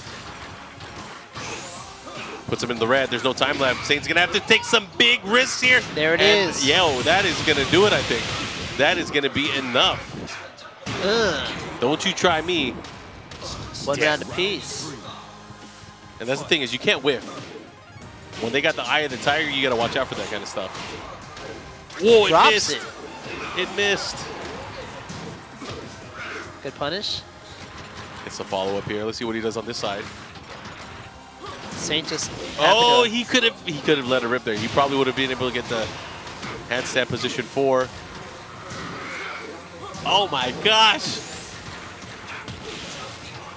Got to be careful. The Saint happy to just stand back and wait for a mistake, right? Oh crap, that's big. Pretty tight combo. Keeping the pressure. Mix up. Goes for the mid. Caught him. He knew that it was jab punishable in the air, but they ended up trading. Kind of hesitated there. Saint in rage, though. Yeah, let's see what he does with it. Because one hit can do it, or it could screw it. No time left. Slight lead by Saint, I believe. Time up. Why didn't he try? Why didn't he try? Fight. Sometimes your eyes are playing tricks on you. Saint again, just standing off, waiting for an opening.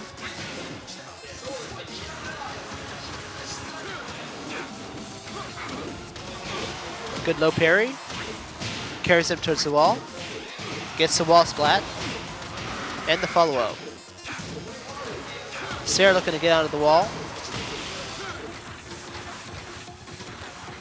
I mean, he's doing a great job spacing-wise, but he's not taking any chances here to at least get some damage. And look at that. Saint has gotten a read, at least on his pokes. This his could be it, desperation. right? It should be it. That's shoulder. Sometimes you just got to let it lean. And Saint One coming match out on top. for Saint, right? So we're here in Tokyo. It's about 5 p.m. Yeah, I think we are going to finish a little bit early today. The team that has been running the tournament has done a great job of really balancing the schedule. And again, we have more pools that are going to be going on tomorrow. But so far, so good. If you guys have been tuning in, it's going to be a fun-filled Tekken weekend. We hope that you enjoy your weekends. Nice, while standing 1-3, able to get the follow-up here. He's going to go for some extended damage. Oh, that's dead. Never mind, not if you do the wrong combo. That was the wrong one, I think. Yeah, you probably wanted to have the screw prior to that. Round 2. And the thing is, it's really hard for Eddy to kind of readjust there just because he doesn't have the biggest sidestep. Right. Good read by Saint. Yeah, good block here. Oh, drops it. See, a lot of those last hit situations have been missing for some reason. Just not stepping in enough, maybe? Nice, he should be done. Closing it out. Look at that. Oh, no. Cossack kicks. Round 3. Tied up on rounds. 1 round apiece, but Saint still having the lead here. Gets the float out of the position. Misses the follow-up. And again, now, Sarah having another chance here. He's going to do a decent amount of damage and getting that positioning at the wall here. Sarah with the life lead at the moment, though.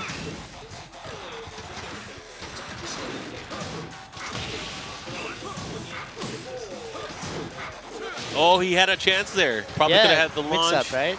or the slippery kicks. Opted to go for the standing 4 instead, which is punishable. He's going to have to be careful, too. Damn, really trying to create an opportunity there with the damage. Nothing there. Let's see what he does. A sliver He does of have life. rage. This could do it, though, if he can hit the rage. Yeah, he's going to have to hit it, though. That's the problem. And it's not Against the, Saint, right? Yeah, it's not the fastest rage drive either. Damn, he's coming back. Run away, run away. It's 3, 2. He's gonna go. Oh, he's trying to timer scam him, but hey. He's so lucky. Hey, that was punishable too. I'm surprised that Saint wasn't able to get anything out of it. But still, look at that. Oh, whiff punish. Nice. That's like, what, 16 frames too, I believe?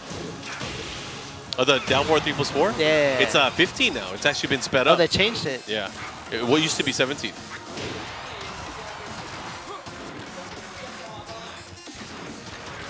What's he doing? He's trying to create an opportunity for this damage. But here comes Saint. Oh, man. Don't tell me you threw it away. Don't tell me. Is that going to hit? That's going to hit. Never mind. Just kidding.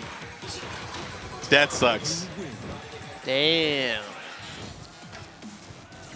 That was just one match, bro. Quit breathing like that. You're giving up too much. He's like, oh my God, it's Saint. What am I going to do? I'm going to shave his eyebrows if I win. Round 1. Saint-o. Saint-o.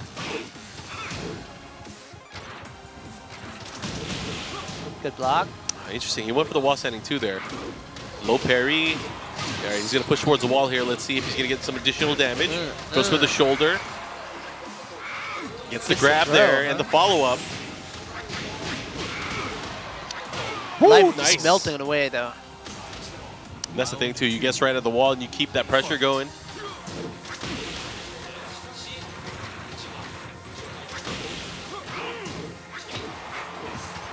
These guys are doing such a great job. What's up? These guys are just doing such a great job of just like controlling the space in the open stages. You know, neither one have taken big risks here. It's very, very rare that we've seen, you know, a launch. Oh, there's one. Jinxed it. Do it again. If you say it one more time, maybe it'll launch again. I like when the two guys are just like swinging at each other, you know? Damn. Saint's been playing a lot more offensively this round, though. That's the thing, too. It's like, uh-oh. Looking to close it out. Oh, my. Get stuffed. Man. Round 3. Fight. Slow motion always gives me like a heart attack. It's crazy. Sometimes like 2 in a row, right? Oh, man. Not quite to the wall. Don't get me started. Charge him up, baby. Saint looking to close it out here. He's really, really close. Sarah not ready to give up yet, though. Damn, he had a hit there. He could have had it, yeah. Now into the red. Maybe he wanted to be in the red. Oh, man. Oh, man. Oh. Just a jab, huh? Never mind. That's it. Saint able to hold it down, and these guys shaking on it, unfortunately. All right, my dudes. I think I'm going to go get some medicine. I'll let Giuna Yeah, tag man. in. I hope you feel better. I think we're going to tag in. Dude, as always, it was awesome. Thanks. Oh, yeah. Thanks, Mike. What time will you be here tomorrow?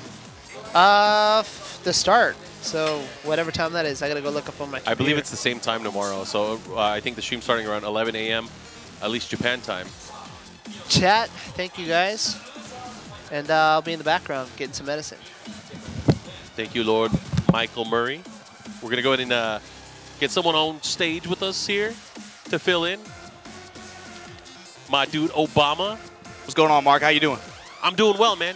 I'm How you doing well. feeling? Give me the what's the lowdown right now, man? We're going through losers right now. Seeing who's going to qualify for top 32 tomorrow. We already have the winner's side of our top 32, at least from the pools that we saw here in wave number 2. So Tsubumi, Hakaioh, AK, Jeondding, Atif Bot, Pekos, Gen, and Awais Honey, the Pakistan boys, the ones that were expected to make it out, all made it out on the winner's side. We're still going through the loser side. We saw Amigo take it over you.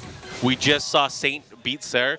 And now we're going to go up against, I think it's Taekwondo Park against Ulsan, who is in the loser's bracket as well. Yeah, that was a bit of an upset earlier too, right? I saw that match earlier. Yeah. I mean, it's interesting because, you know, we saw them play each other at the 1 esports event. Taiheiyo's team did all right? You know, they were playing really well through the community side of the tournament. Sure. But they wasn't able to do enough. And, you know, Ulsan in that event himself was undefeated. Activated, yeah, just like, especially at the end, right? He was undefeated. So right now, if he has any of that left, he's going to have to start activating it now because his young man skills are definitely going to be put to the test here. Especially for him, I mean, most people would expect, you know, Ulsan especially to go out before top 32 would be a pretty big upset, I think. Well, speaking of big upset, Jimmy J. Tran did not make it out of pools. He's got roasted. NorCal, man. That's how it is sometimes, He was talking about he wanted to put NorCal back on the map, but which map was he talking about? man. Who eliminated him? He His lost to pool was- Jyotaro. yeah. He lost to Jyotaro. His pool was stacked. So as soon as Hazuremetal, the Gigas player, Yeah. he came over to me. He was like, He came I in on beat- winners, right? Yeah. He came. No, I think he lost his qualification match. if I'm not Oh. mistaken. So he came over Yeah, to he me. beat Jyotaro He earlier. was like, I beat Jyotaro. I beat him. I was like, yo, you in there then? You got to fight Jimmy though, right? Did they run into each other? I don't know if they did. I didn't look at the bracket. I just know that Jyotaro ended up eliminating The him. losers eliminated So Jimmy. Yeah. whoever sent Jimmy to the losers bracket, it might have been Hazuremetal. Who knows? But I have to do some research on the brackets. You know, I was too busy looking at the chat. I caught the bug. You're a that Michael busy got, man, right? bro. You're a busy No, man. I Don't wouldn't worry say about it. busy. Yeah. You know, I slept in this morning. I know you and Jyotaro were talking about it earlier. But hey, man, it was a rough night. It was a rough night. Let me tell you. I trust you. Taekwondo Park going up against Fade Ulsan here. Yeah. Tell me about this, man. Kazumi versus Josie. How do you feel about Josie in Season 3? I think Season 3 Josie is way better. She is way more of a complete character. She has a lot more tools.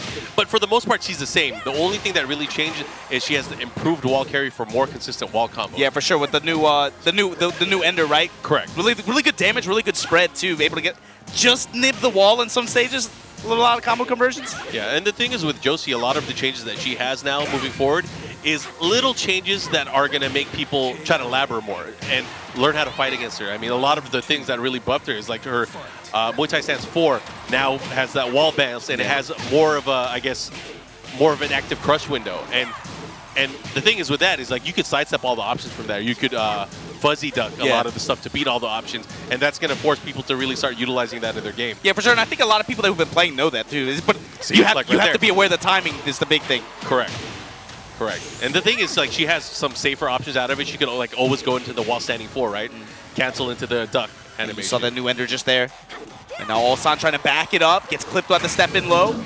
Off the drive. Yeah, Ulsan earlier when he played, he used Bob going into it. You know, he's been feeling Bob at least for the past few weeks. But then ultimately now going back to Kazumi, which he probably thinks is a bit more comfortable, at least in this matchup. I mean, Kazumi really hasn't changed too much other than from a lot of her tools at the wall. Like, the only way she can get like a real consistent wall stun now is if she takes a risk. She has to take a risk to be able to wall stun now. She doesn't have the safe options back to no longer wall splats. 1+2 no longer wall splat on the ground. So he's gonna have his work cut out for him. Yeah, some slight changes to the post wall hit situations too, right?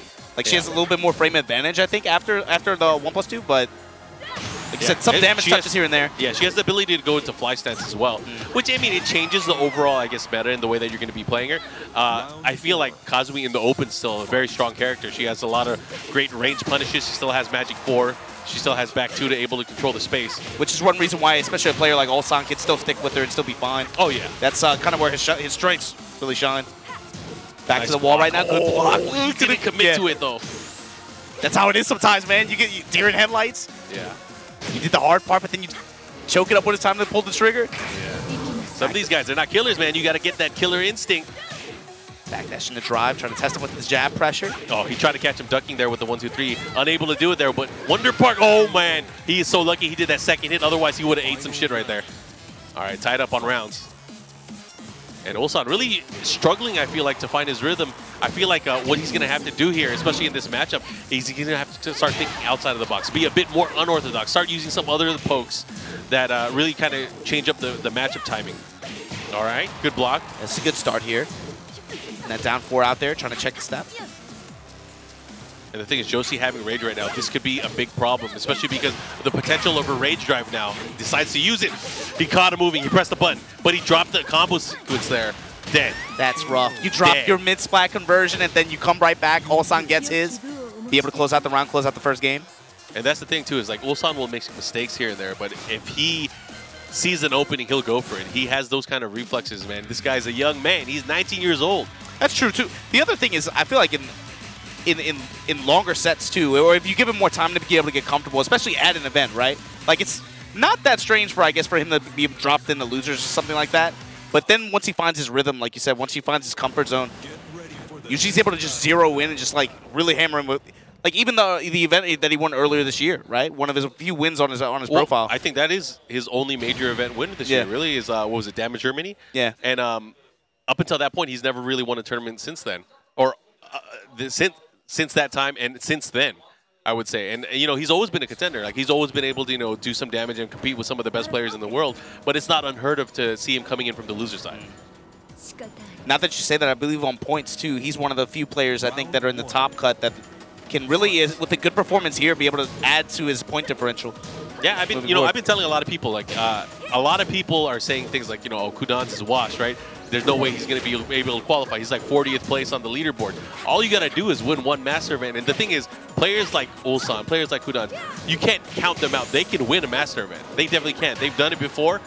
I wouldn't be surprised if they do it again. Well, I would really question how much those people saying that stuff are paying attention, because Kudan's been in America for, what, a couple weeks now, yeah, he's making the rounds. There's no dojo. I mean, dojo events are few and far between in the Asia region, It right? really took them a couple months to catch on to the system, I think, right? You're Yeah. starting to see a lot more pop up now. Oh, yeah, but it's all at the tail end, Yeah, right? yeah. It's all at the tail end. The thing When is, people like, need it. you can only do them per organizer once a month. And we're pretty much done with that. I mean, the season's going to be done November the 15th or 16th weekend, and that's going to be all she wrote. Look at that carry all the way to the wall. That's everybody. That's season 3 right there, man. Tiger Render at the wall. Oh, that's the thing too. Is like, I feel like everybody kind of got that buff. They got the the travel channel buff, right? Able to travel long distances. But the Taekwondo Park just getting smothered at the wall. Just jab pressure and lows. And we're talking about it, Ulsan finding that time to adjust and really find his groove here in the matchup. It looks like, a lot of the pokes that at least Joshi's been going for, it hasn't really come into play here. Like that crouch S3, it's not doing anything. Yeah. It's all about how you're able to do this. And Especially, Ulsan, he's working it right now. I mean, he's doing the poke, then he'll sidestep. Poke, exactly. then sidestep. Especially with this cover, this kind of play. This is where Ulsan really excels. At that range, too. Range 0, range 1 is jab, down 4, 1 at the magic 4 pressure, and then the lows to mix it in. Yeah, he's in cruise control right now. I think Taekwondo Park's really going to have to take some risks here. 4-4, I got that, baby. And the problem is, if you're going to take that risk, you're going to get sidestepped. Oh, my gosh. See, and that's soon all as you said it. That's all As soon as you hit, said and it. he sidestepped it. Nice, magic 4, big pickup here. And running Just two. short of it. All right, he had to use it. He had to use something. Oh, my gosh, get away from me. There's no time left. What are you going to do? How are you going to open up Ulsan? No, you can't. It's over. Yeah. It's over. Especially with time being, ticking down like that. Ulsan going to be moving on through losers. Yeah, he made it out into our Still top alive. 32. On the loser side, though, probably not what he wanted, at least this early into the tournament. Of course, top 32 still. So tomorrow is going to be a battle. There's going to be so many great players, and we're looking at it. As it always is, man. It's, you already know the score. Especially this tournament. Yeah. There were, like, usually in pools we see, like, oh, man, there's 2 or 3 good players. Man, there's like 5 good players in every single pool. Dude, Jimmy J Tran didn't even make it out of pools. Korean Masters event tournament, even this tournament traditionally, that's just how it is, right? Yeah. Landmines left and right in your brackets. It's just you've gotten used to it by now, right? Yeah, and for the Tokyo Tekken Master event, this one is a bit later in the year. Usually it's in September. Yeah, that's true. So there's more pressure now for a lot of these players, and I think that's probably why we're seeing more and more killers at this event, because these guys are getting desperate for those points. I mean, it's like you said, man. It ends next month. Like you only got 2 Masters and a Challenger after this one, which is one reason why. So yeah, like what you were saying earlier about the dojo points, and how that's a big deal for a lot of the Korean and Japanese players in particular, right? Yeah. Because they kind of struggled. There was like a 4 or 5 month delay where not a lot of TOs were taking advantage of that system early on, right?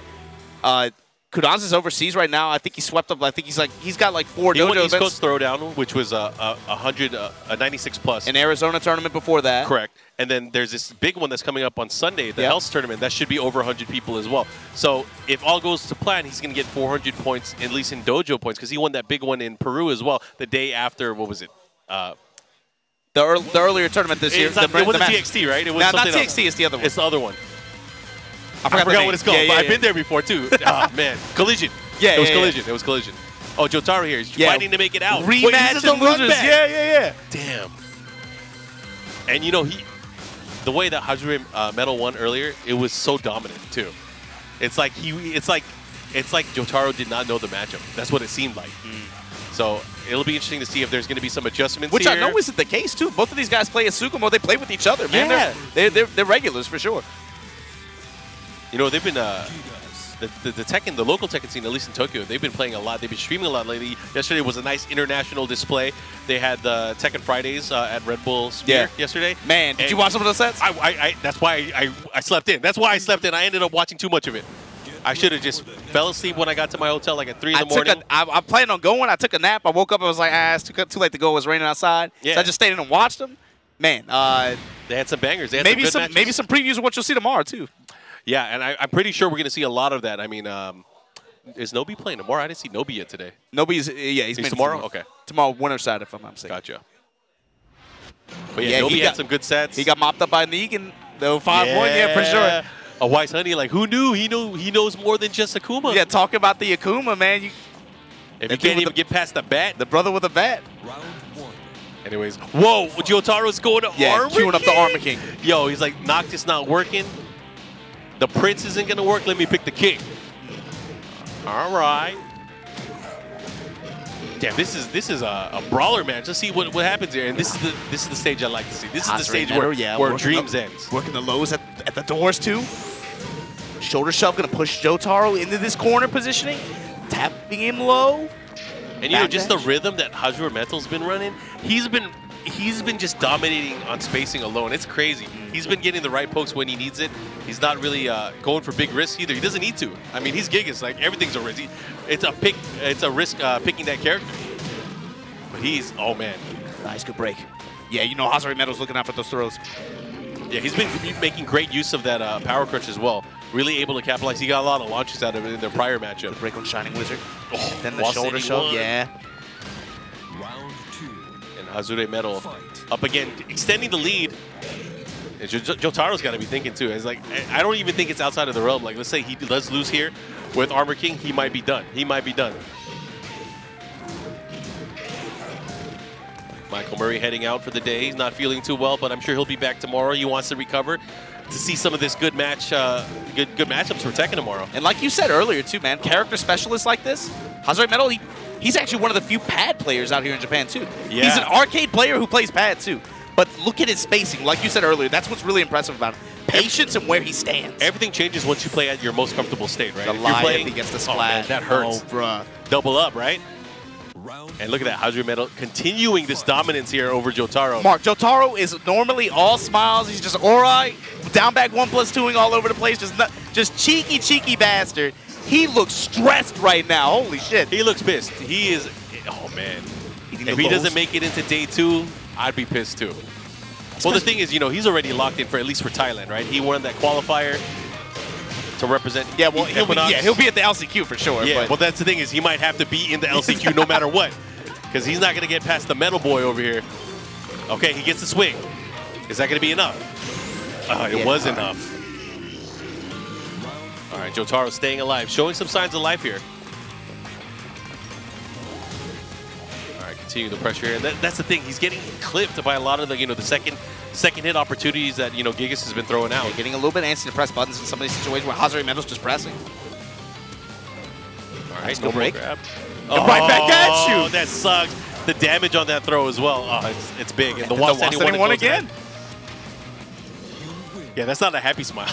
That is definitely not a happy smile. What you gonna do? That's the awkward. Yeah, like he's going back to Noctis. He's going back to Noctis. Hide the stress. How did this matchup go earlier? I wondered. It was very one-sided. To even scare him off of Noctis like that. Normally he's if it's not Noctis, it'll be Law or Armor King. But he rarely goes to those characters. It was my first time seeing him pick another character, at least in these types of matchups. So very interesting to see. Let's see if going back to Noctis is going to help at all.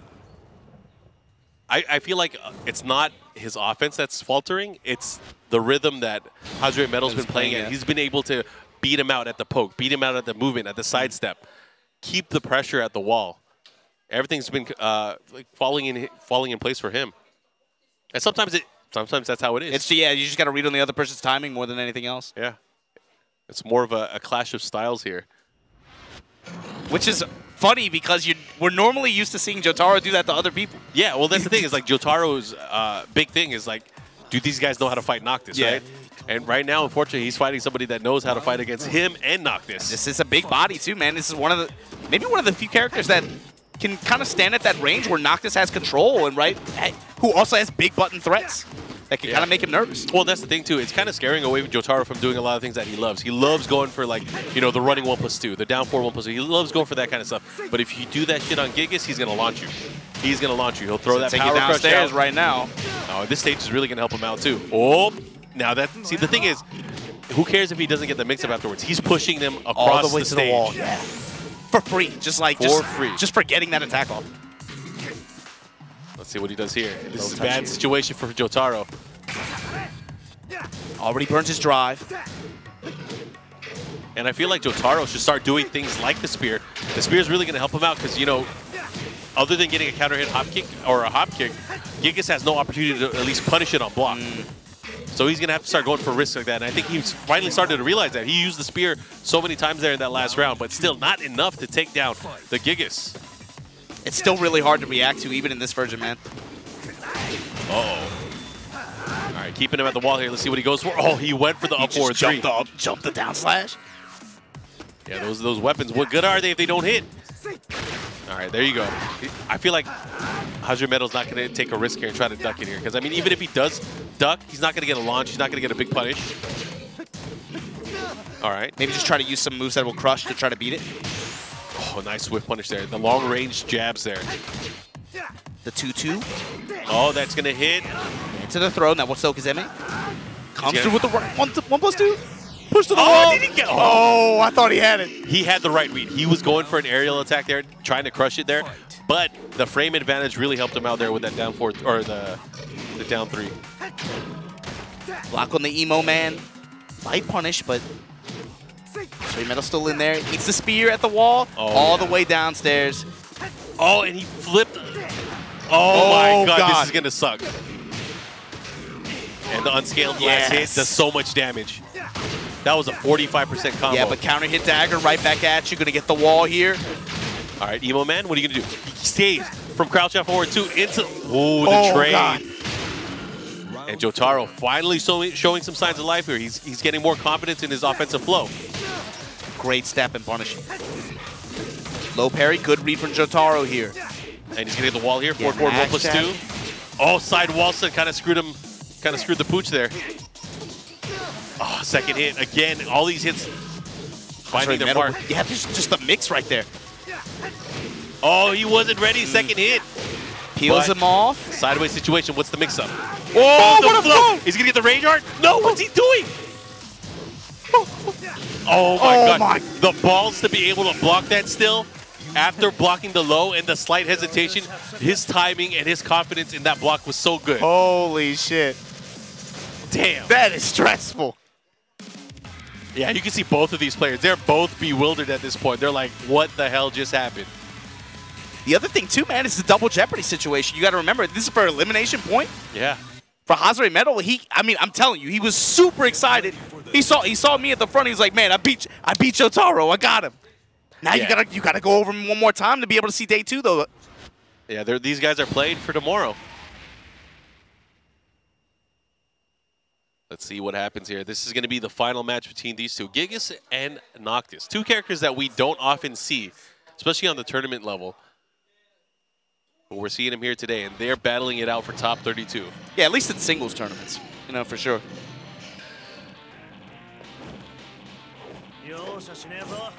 On Howard Estate, too. Keeping it close quarters. Breaking side switch right off the bat. Jyotaro working these lows. They said this character has shitty lows. They say he got no lows. That's the thing, is he has a lack of maybe good lows or decent lows, but against Gigas, I feel like all his lows are much better. And he's finally, again, starting to utilize them. Good to delay your wake up, Hazuremetal. Get past the spear. I mean, if you could get past the Royal Arms, you could get past anything. Right now, Jyotaro just slowly pushing him to the wall. Nice punish there. Working the life lead here. One sliver of life left here. Hazuremetal, if he can get a launch, though, that could change things.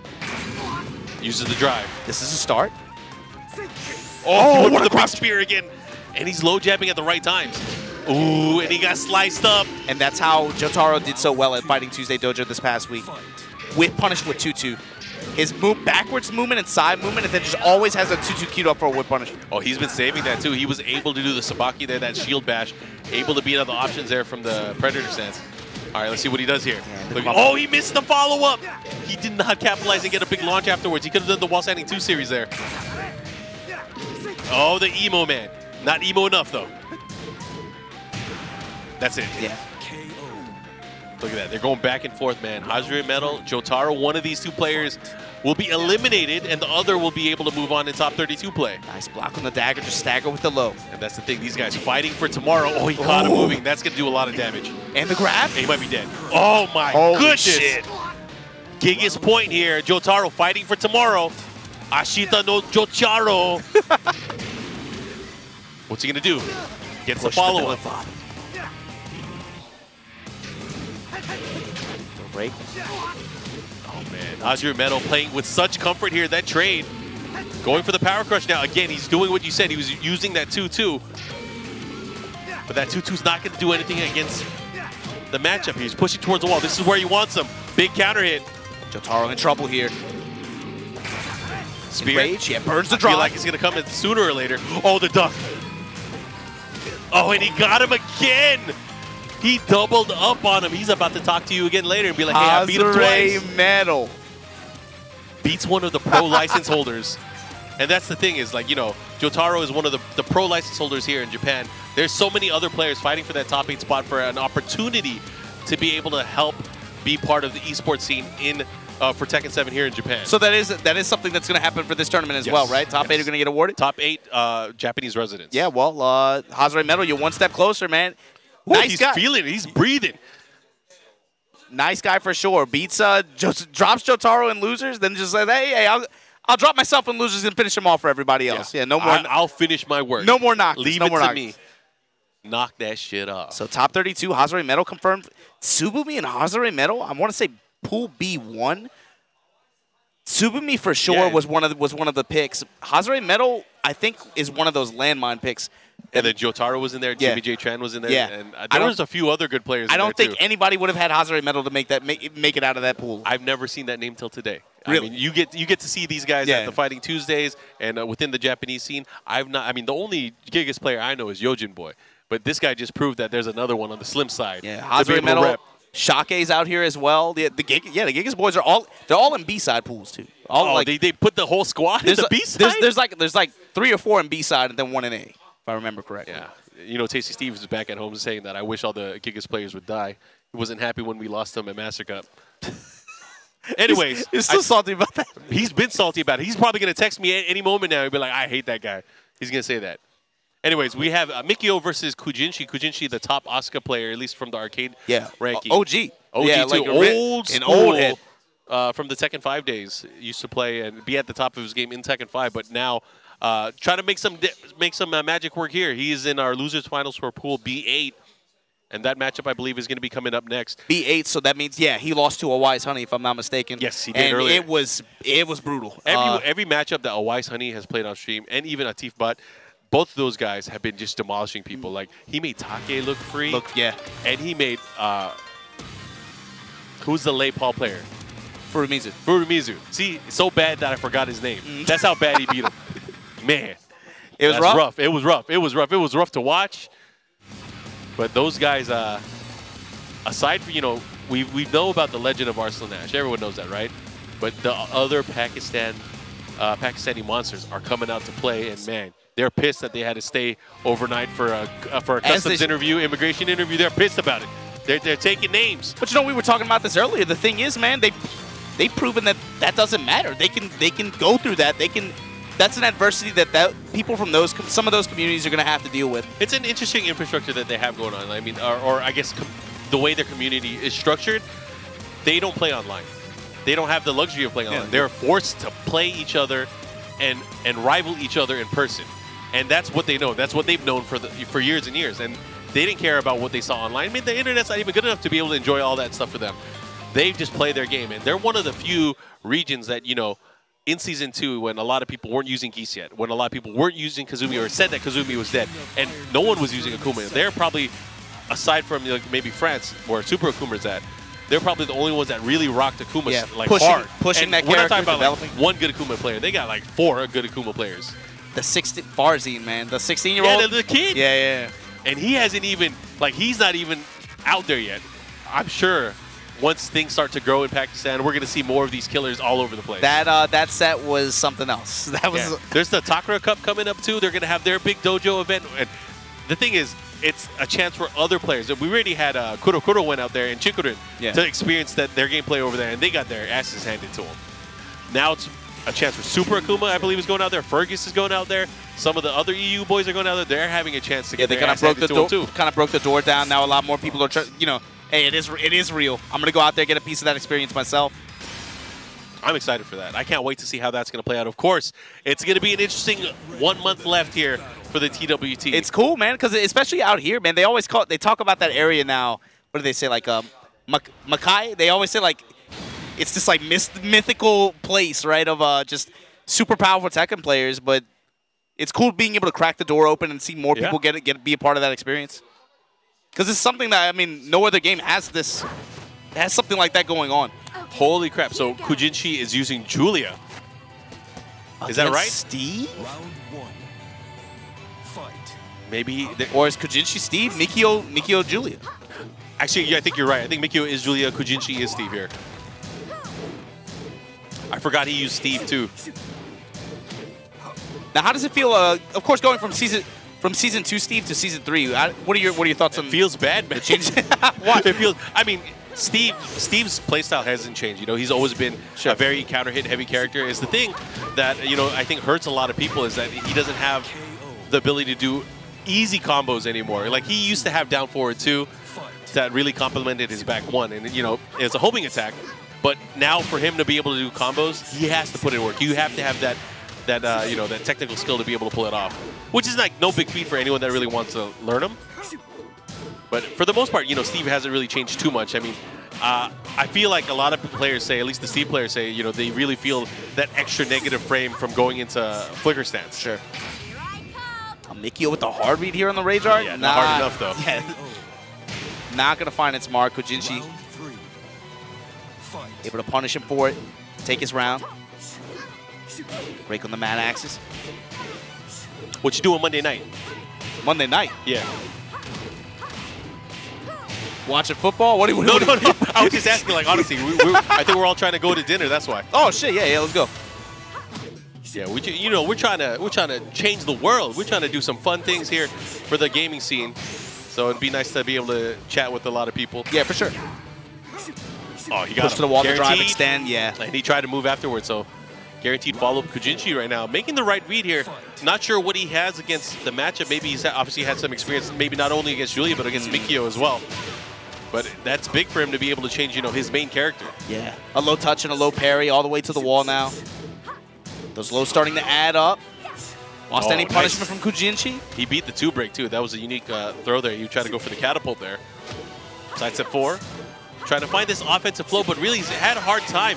Steve has so many quick mid options that it really beats out a lot of the options, some of which start from duck that while standing 1. Perfect answer for anything that Julia was trying to do there. Has enough tracking ability to stop him as well. Yeah, that's the other thing too. Shut down a lot of that side movement as well. Get ready for the next battle.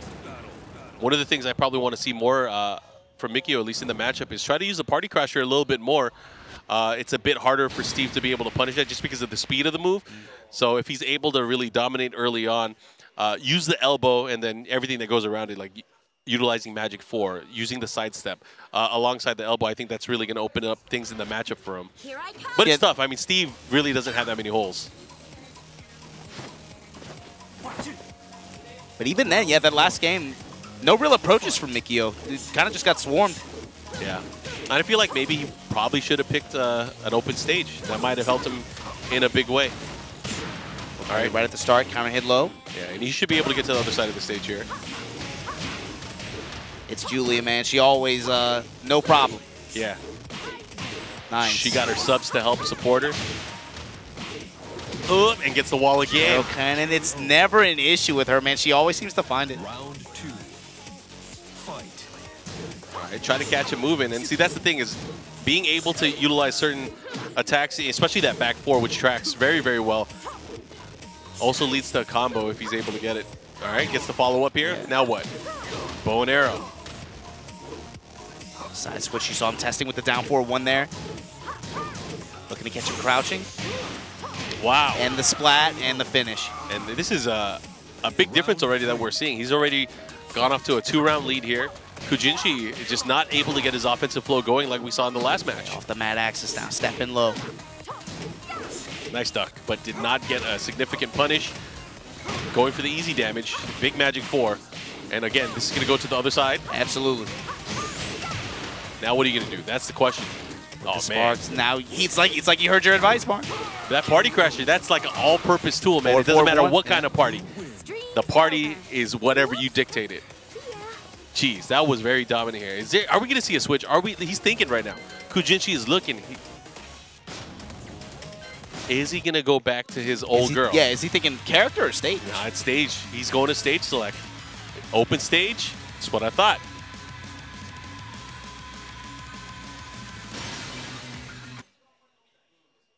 All right. Yeah, also in this pool was Dojin. So Dojin didn't make it out either. Yeah, Dojin. It was Dojin, Kujinshi, and Awais Honey. Those were their those are the picks that I had when I looked at the pools. But if Dojin isn't even this far yet, he had to have been eliminated by Kujinshi. Either that or he's playing. Mikio. He's in.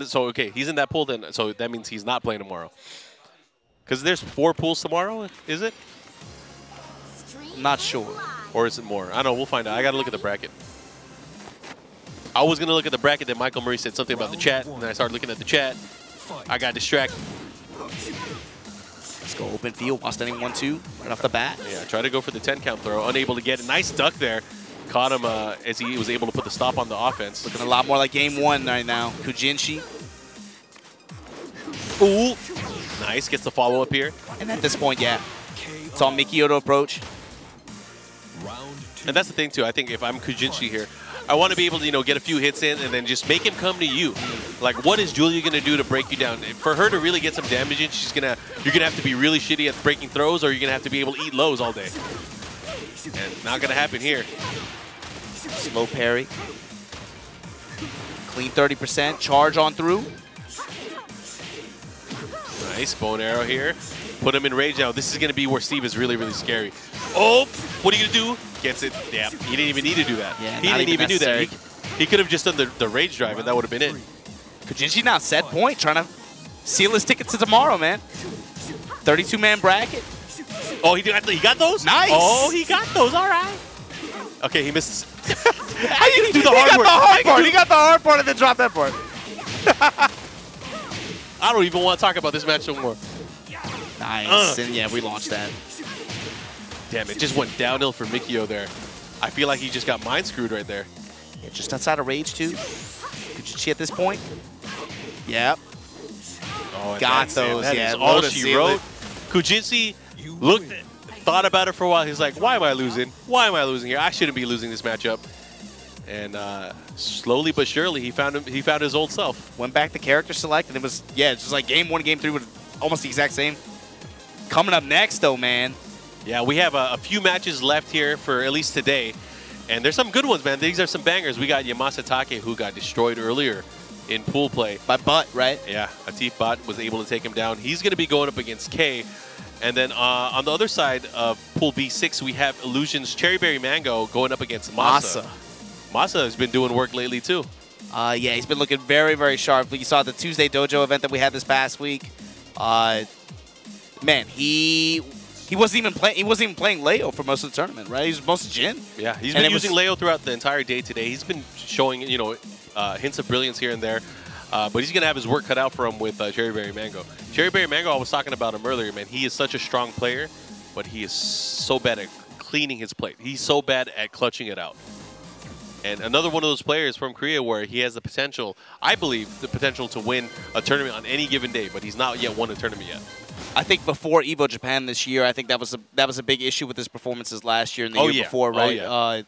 We know he's one of the best Jin players. Yeah.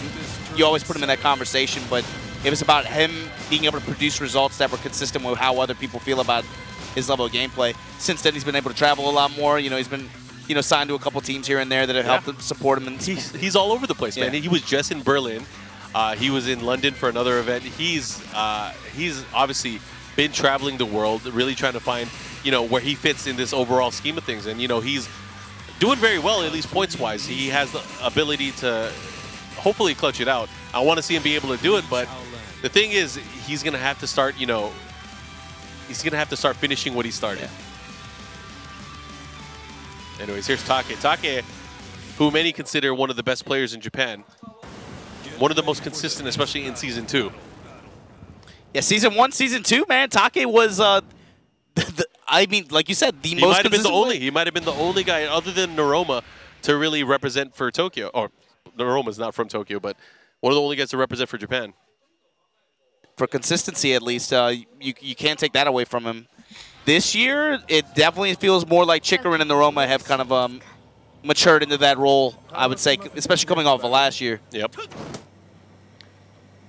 All right.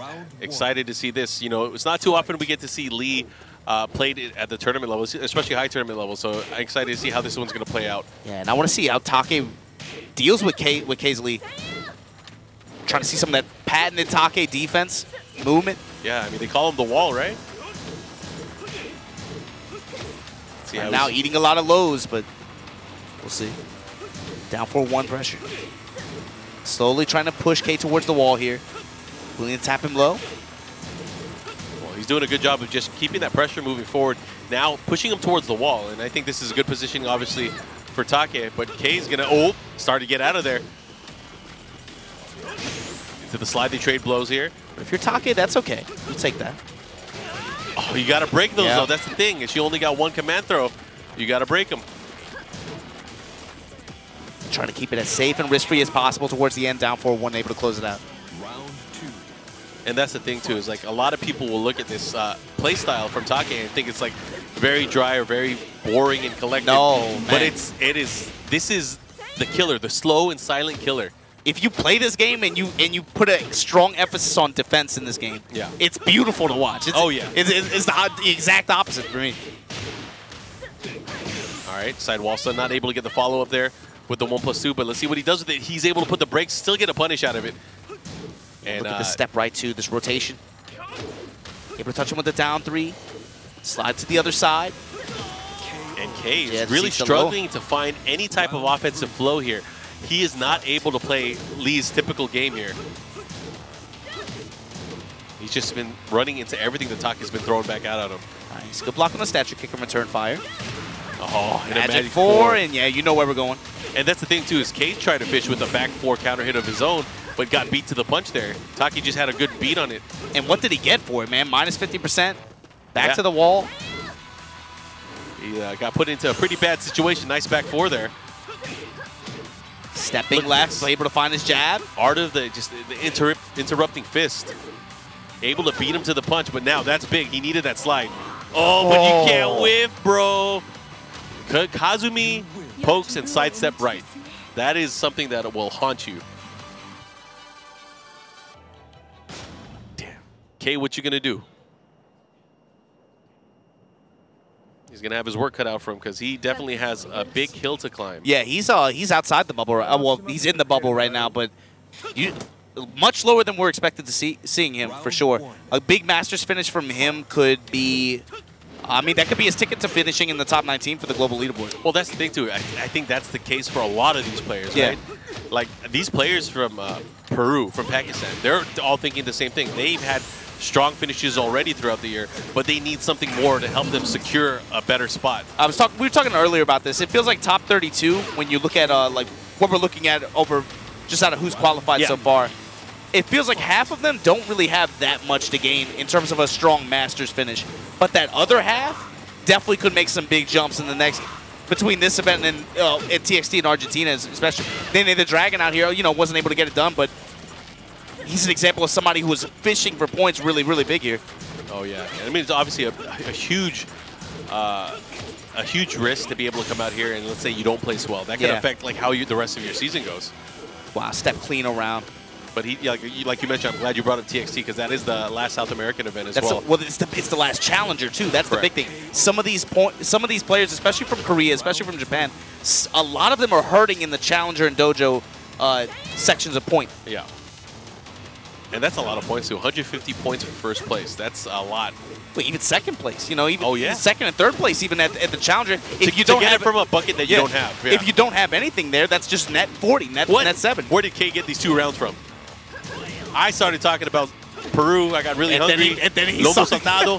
Jeez, what happened? He is now pulling off the lead. He might be hungry too. Sliding, low parrying, complete read on Take. Hey, bro, where was K earlier? Where was he earlier? What happened? He had to give him that game real quick. Did someone whisper something nasty into Take's ear? Damn. How did he turn these things around? Now you got to make me watch a match. I was reading my phone, catching up on emails. On an infinite stage now, too. El Infinito? Oh. You got to imagine they have pressures on Take now, too. Yeah. Top 32 loser side. If he misses that in Japan. Let me look at my handy ranking sheet here. Let me see where Take is He's at. around the number 30 spot. So he's not even... He's like 23 to 30. He's in the bubble, but on the outside portion. For sure, he needs a big performance this weekend. I feel like a lot of things are going to be changing. This weekend of Tekken, there's just so many events going on, whether it's dojo events, master events, of course. There's a lot that's going to change on the leaderboard, especially in that ranking range that you mentioned from 20 to 30. And again, it's not over yet. There's every single weekend there is something happening. Yeah, that's the thing, man. You can't take that away from the Tekken community, man. They run some shit every weekend. People out here trying to play. About even on live open stage here. Oh man, nobody pressing anything. Let's just move. I like what K's doing now. K is starting to dart inwards, but then he'll start backdashing, trying to find an opening. But right now, Take able to find that double up. And then the running two, and then the run through. Take takes the lead again.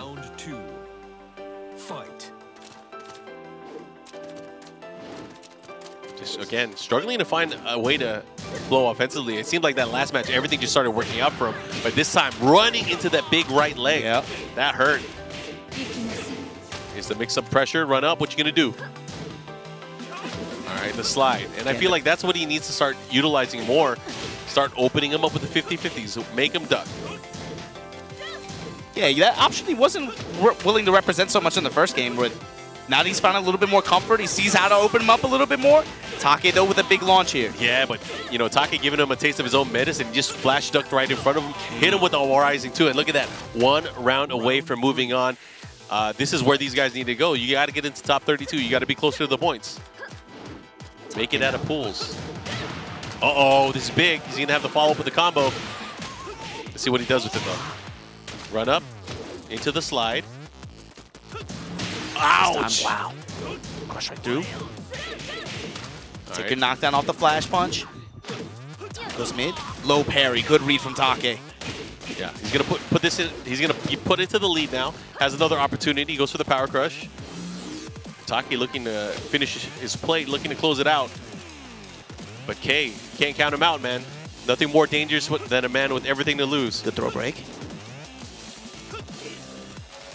Throwing out the launcher, hoping for something, but time starting to waste. He does have the red. He does have rage drive, which could change everything. And Take just looking oh my gosh, that would have been it too if he went with the 3. Doesn't matter. K staying alive, able to hold on. Fight. Nice, ran right into it. Yeah, after the back two, still able to hold advantage somehow. K. That's the thing. Is K is really trying to figure out what he's going to do offensively. He utilized a lot of the lows early on, but this time getting a nice low parry. And it's not going to do too much damage because he doesn't have access to the wall. Now what? Hitman sidestep not proving to do anything here. Very, very hard to kind of open up Kazumi when she starts going for those down forward ones. Nice. Cherry Berry, Mango, and Masa playing off stream right now. Unfortunately, we don't have that being played, but we do have hopefully some more matches. Well, we do have K now starting to take control of the game again. Oh crap, they're in final round. Yeah. Oh, what? Low parry into neutral hop kick, nothing? Oh man, he definitely choked up that one. That might be coming back to haunt him because that could have been 35% gone. And he eats the 1+2. K. Oh no, things are adding up. Take starting to try to open him up low. Oh, that is no launch? No launch? Take must not want it. He might not want it. Oh, God. Oh, man, it comes down to this. And he has rage. This is a good position for K to be in. Because if he catches him ducking. Oh, he's 1 launch away? Oh, if he catches him ducking, it could be bad. But Take, a seasoned veteran, he might not be able. Oh, man. No duck either. Oh, K just backdash, backdash. 15 seconds left on the clock. Gets a jab touch. Oh, he ended it early. He was afraid of the follow-up. Oh, it's the Tiger stop. Oh, and he gets the low. He uses the Mirage, the pocket sand of the Tiger, and he pulls out the miraculous low kick for the win. Ugh. Nasty. Super nasty, but we take those. We take those. Or we take those, right? Was that dead enough for you guys? Depending on what continent you're from. Yeah, maybe. Sure. That probably flew over most people's head. Anyways, guys, I think that might have been the last match on stream. Am I correct, guys? That's it for today. Well, that's it for today. We are not even at our top 32. We have more pools tomorrow. But should we review who we have so far? Yeah, go ahead. So we have, on the winner's side of things, we have Tsubumi, Hakaioh, AK, Jeondding, Atif Bot, Pekos, Gen, and Awais Honey. And from the matches that we do know, we have Kujinshi, from loser side, Kujinshi, Taiheiyo, Take, Amigo, Saint, Ulsan, Hazuremetal, and it's either going to be Cherry Berry Mango or Masa. So that is just some of the players. Was that's 16 That's just players, yeah. right? That was just the second wave. Oh no, we still have more. First wave, winner side. You have Lohai, Chikarin, Rangchu, Nobi, Taku, Kare, Double, Yojin Boy. Loser side, Keisuke, Dimeback, Kagemaru, Macroya TV, Noroma, JDCR. Loser side, Shochin, Kokuma. Who said JDCR to losers? Kare. Jeez, Yeah, Kare with Kazumi? I don't know if he was playing Kazumi or Lei. Well, either one would be like, what the hell? Yeah. Man, we got some Tekken tomorrow, guys. Yeah, top 32 is gonna be nasty for this. It always is, man. Like you talk about the Japan Masters event, the Korean Masters event. It's always like this, where top 32 always breaks down to just a bloodbath. There's just bodies on the floor, but we'll for sure catch you guys tomorrow, and be expecting a good one. CBM win. Yeah, CBM was able to take it over Masa, so at least he's going to stay alive and live to fight for tomorrow. But again, guys, if you guys are excited about this stuff, we have our amazing World Finals that are going to be coming up in December in Bangkok, Thailand. Tickets still available. Make sure you guys check out TekkenWorldTour.com December 7th and 8th. Mark, what's the name of that city? Man, bro, you're going to ask me to... You know I can't read.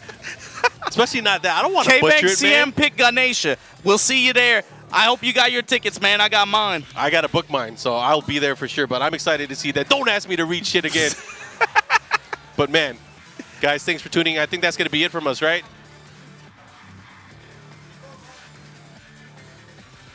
Yeah, so top 32. We'll see you guys same place, same time tomorrow at 11 a.m. JST.